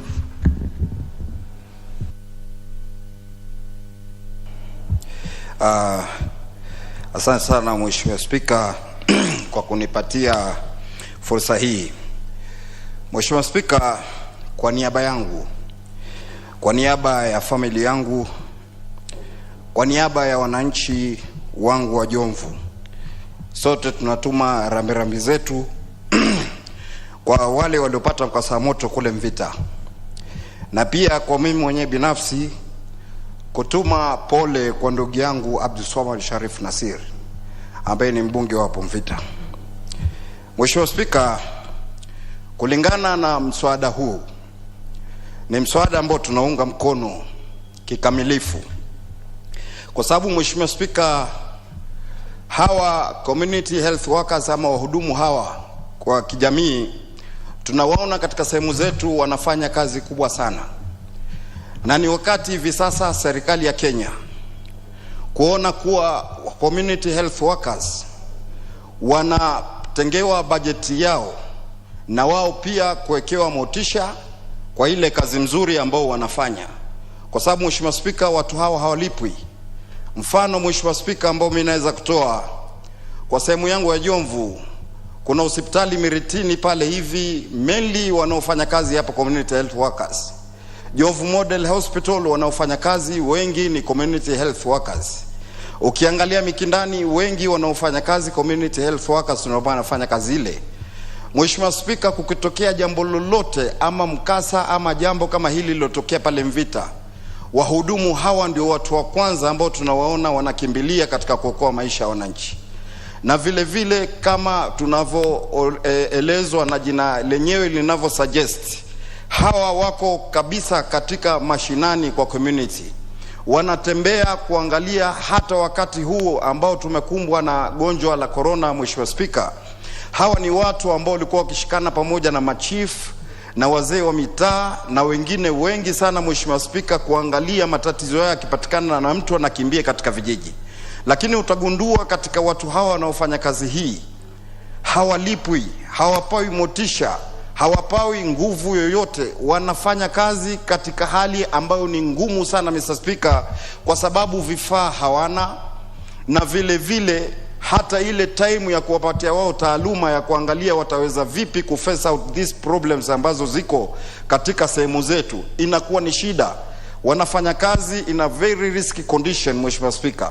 Hawa ni watu ambao leo ukienda katika hospitali yetu kuu ya Coast General Hospital, ukiangalia wengi sana ambao wanasaidia watu pale hivi ni community health workers ambao wanapeleka wagonjwa katika ile sehemu ile. Kwa hivyo kama wenzetu walivyosema, ni wakati muafaka hivi sasa ya kuona kuwa bajeti ya Kenya inatengewa pesa ambazo tunaweza kuona kwa watu hawa tunaweza kuwasaidia. Na Mheshimiwa Spika, nataka kupatiliza katika mswada huu ili pia kuzungumzia wengine kidogo. Sio community health workers peke yake, hata mabalozi, wazee wa mitaa wanafanya kazi kubwa katika sehemu yetu, lakini tukiangalia chief na dio anaonekana amefanya kazi, kumbe imefanywa kazi na mzee wa mtaa na balozi ambaye yuko pale. Kwa hivyo ni muhimu kuona kuwa watu kama hawa wanaofanya kazi chini nyanjani wanaweza kupewa motisha na waweze kupewa pesa. Na pesa nyingi zinapotea katika nchi hii, Mheshimiwa Spika. Na nikisema kuwa pesa nyingi zinapotea katika nchi hii, Mheshimiwa Spika, ni kwa kuwa ubadhirifu wa pesa unaonekana. Na ubadhirifu ule wa pesa ambao unaonekana, hata juzi katika kiongozi wetu wa chama cha ODM alisema akichukua urais yeye atafinya katika sehemu zote zile zinapotea pesa ili kuona pesa zinaweza kufika nyanjani na kusaidia kwa watu kama hawa. Kwa hivyo Mheshimiwa Spika, mimi nachukua fursa hii kusema kuwa hali hii nimeiona, Mheshimiwa Spika, kwa sababu nimekuwa diwani kutoka mwaka 2007 mpaka leo nimekuwa kiongozi katika sehemu yangu. Kwa hivyo haya matatizo ndio kila siku ambao tuambiwa katika sehemu zetu. Kwa hivyo hivi sasa katika bunge hili tunataka kuwe katika rekodi kuwa jambo hili tuliweza kulichangia na serikali likatia maanani ili kuona kuwa bajeti, pesa zipatikane, watu hawa waweze kusaidiwa. Nachukua fursa hii pia Mheshimiwa Spika kumpongeza mheshimiwa ndugu yangu ambaye ameleta mswada huu, kuona kuwa ameleta mswada wa maana sana, ili mswada huu utaweza kusaidia maelfu ambao wanafanya kazi katika nchi hii nzima, ili kuona kuwa waweze nao pia kuwekwa katika hisabu ya manufaa ya kuhudumikia katika nchi hii. Kwa hivyo Mheshimiwa Spika, kwa hayo ambao nimeongea kwa sababu ya muda, na mimi pia nakomea hapo. Shukrani kwa kunipa nafasi ili wenzangu waweze kuchangia juu ya jambo hili. Asante sana Mheshimiwa Spika. Very well spoken. The Honorable Yusuf Haji, member for Mandera West. Asante sana. Thank you so much, Mr. Speaker, for this opportunity. Community health workers is a source of employment in this Kenya. A lot of our school leavers who are not able to move forward, they join community animal health workers. They provide services, as has been said by my colleagues, very good services indeed.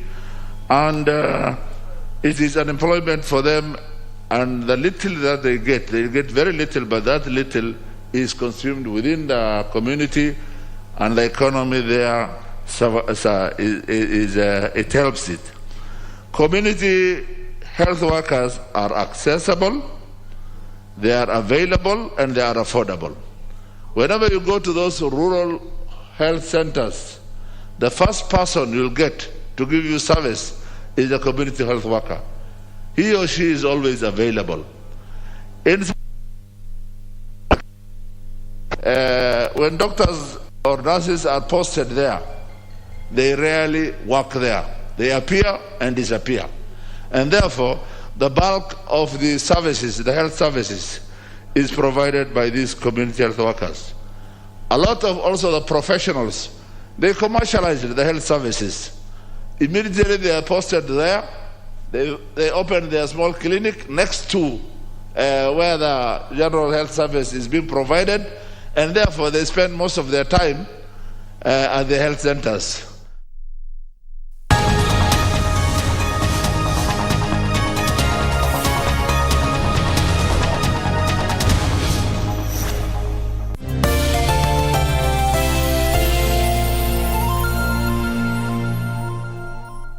Ili kupata skiza tuni hii ya mtu ni watu, bonyeza *811*961#. Mungu akitaka kukubariki atatumia watu. Maombi yako akitaka kuyajibu atatumia mtu. Hauwezi ukakaa maisha ya kujitenga. Hapana, sababu unahitaji watu.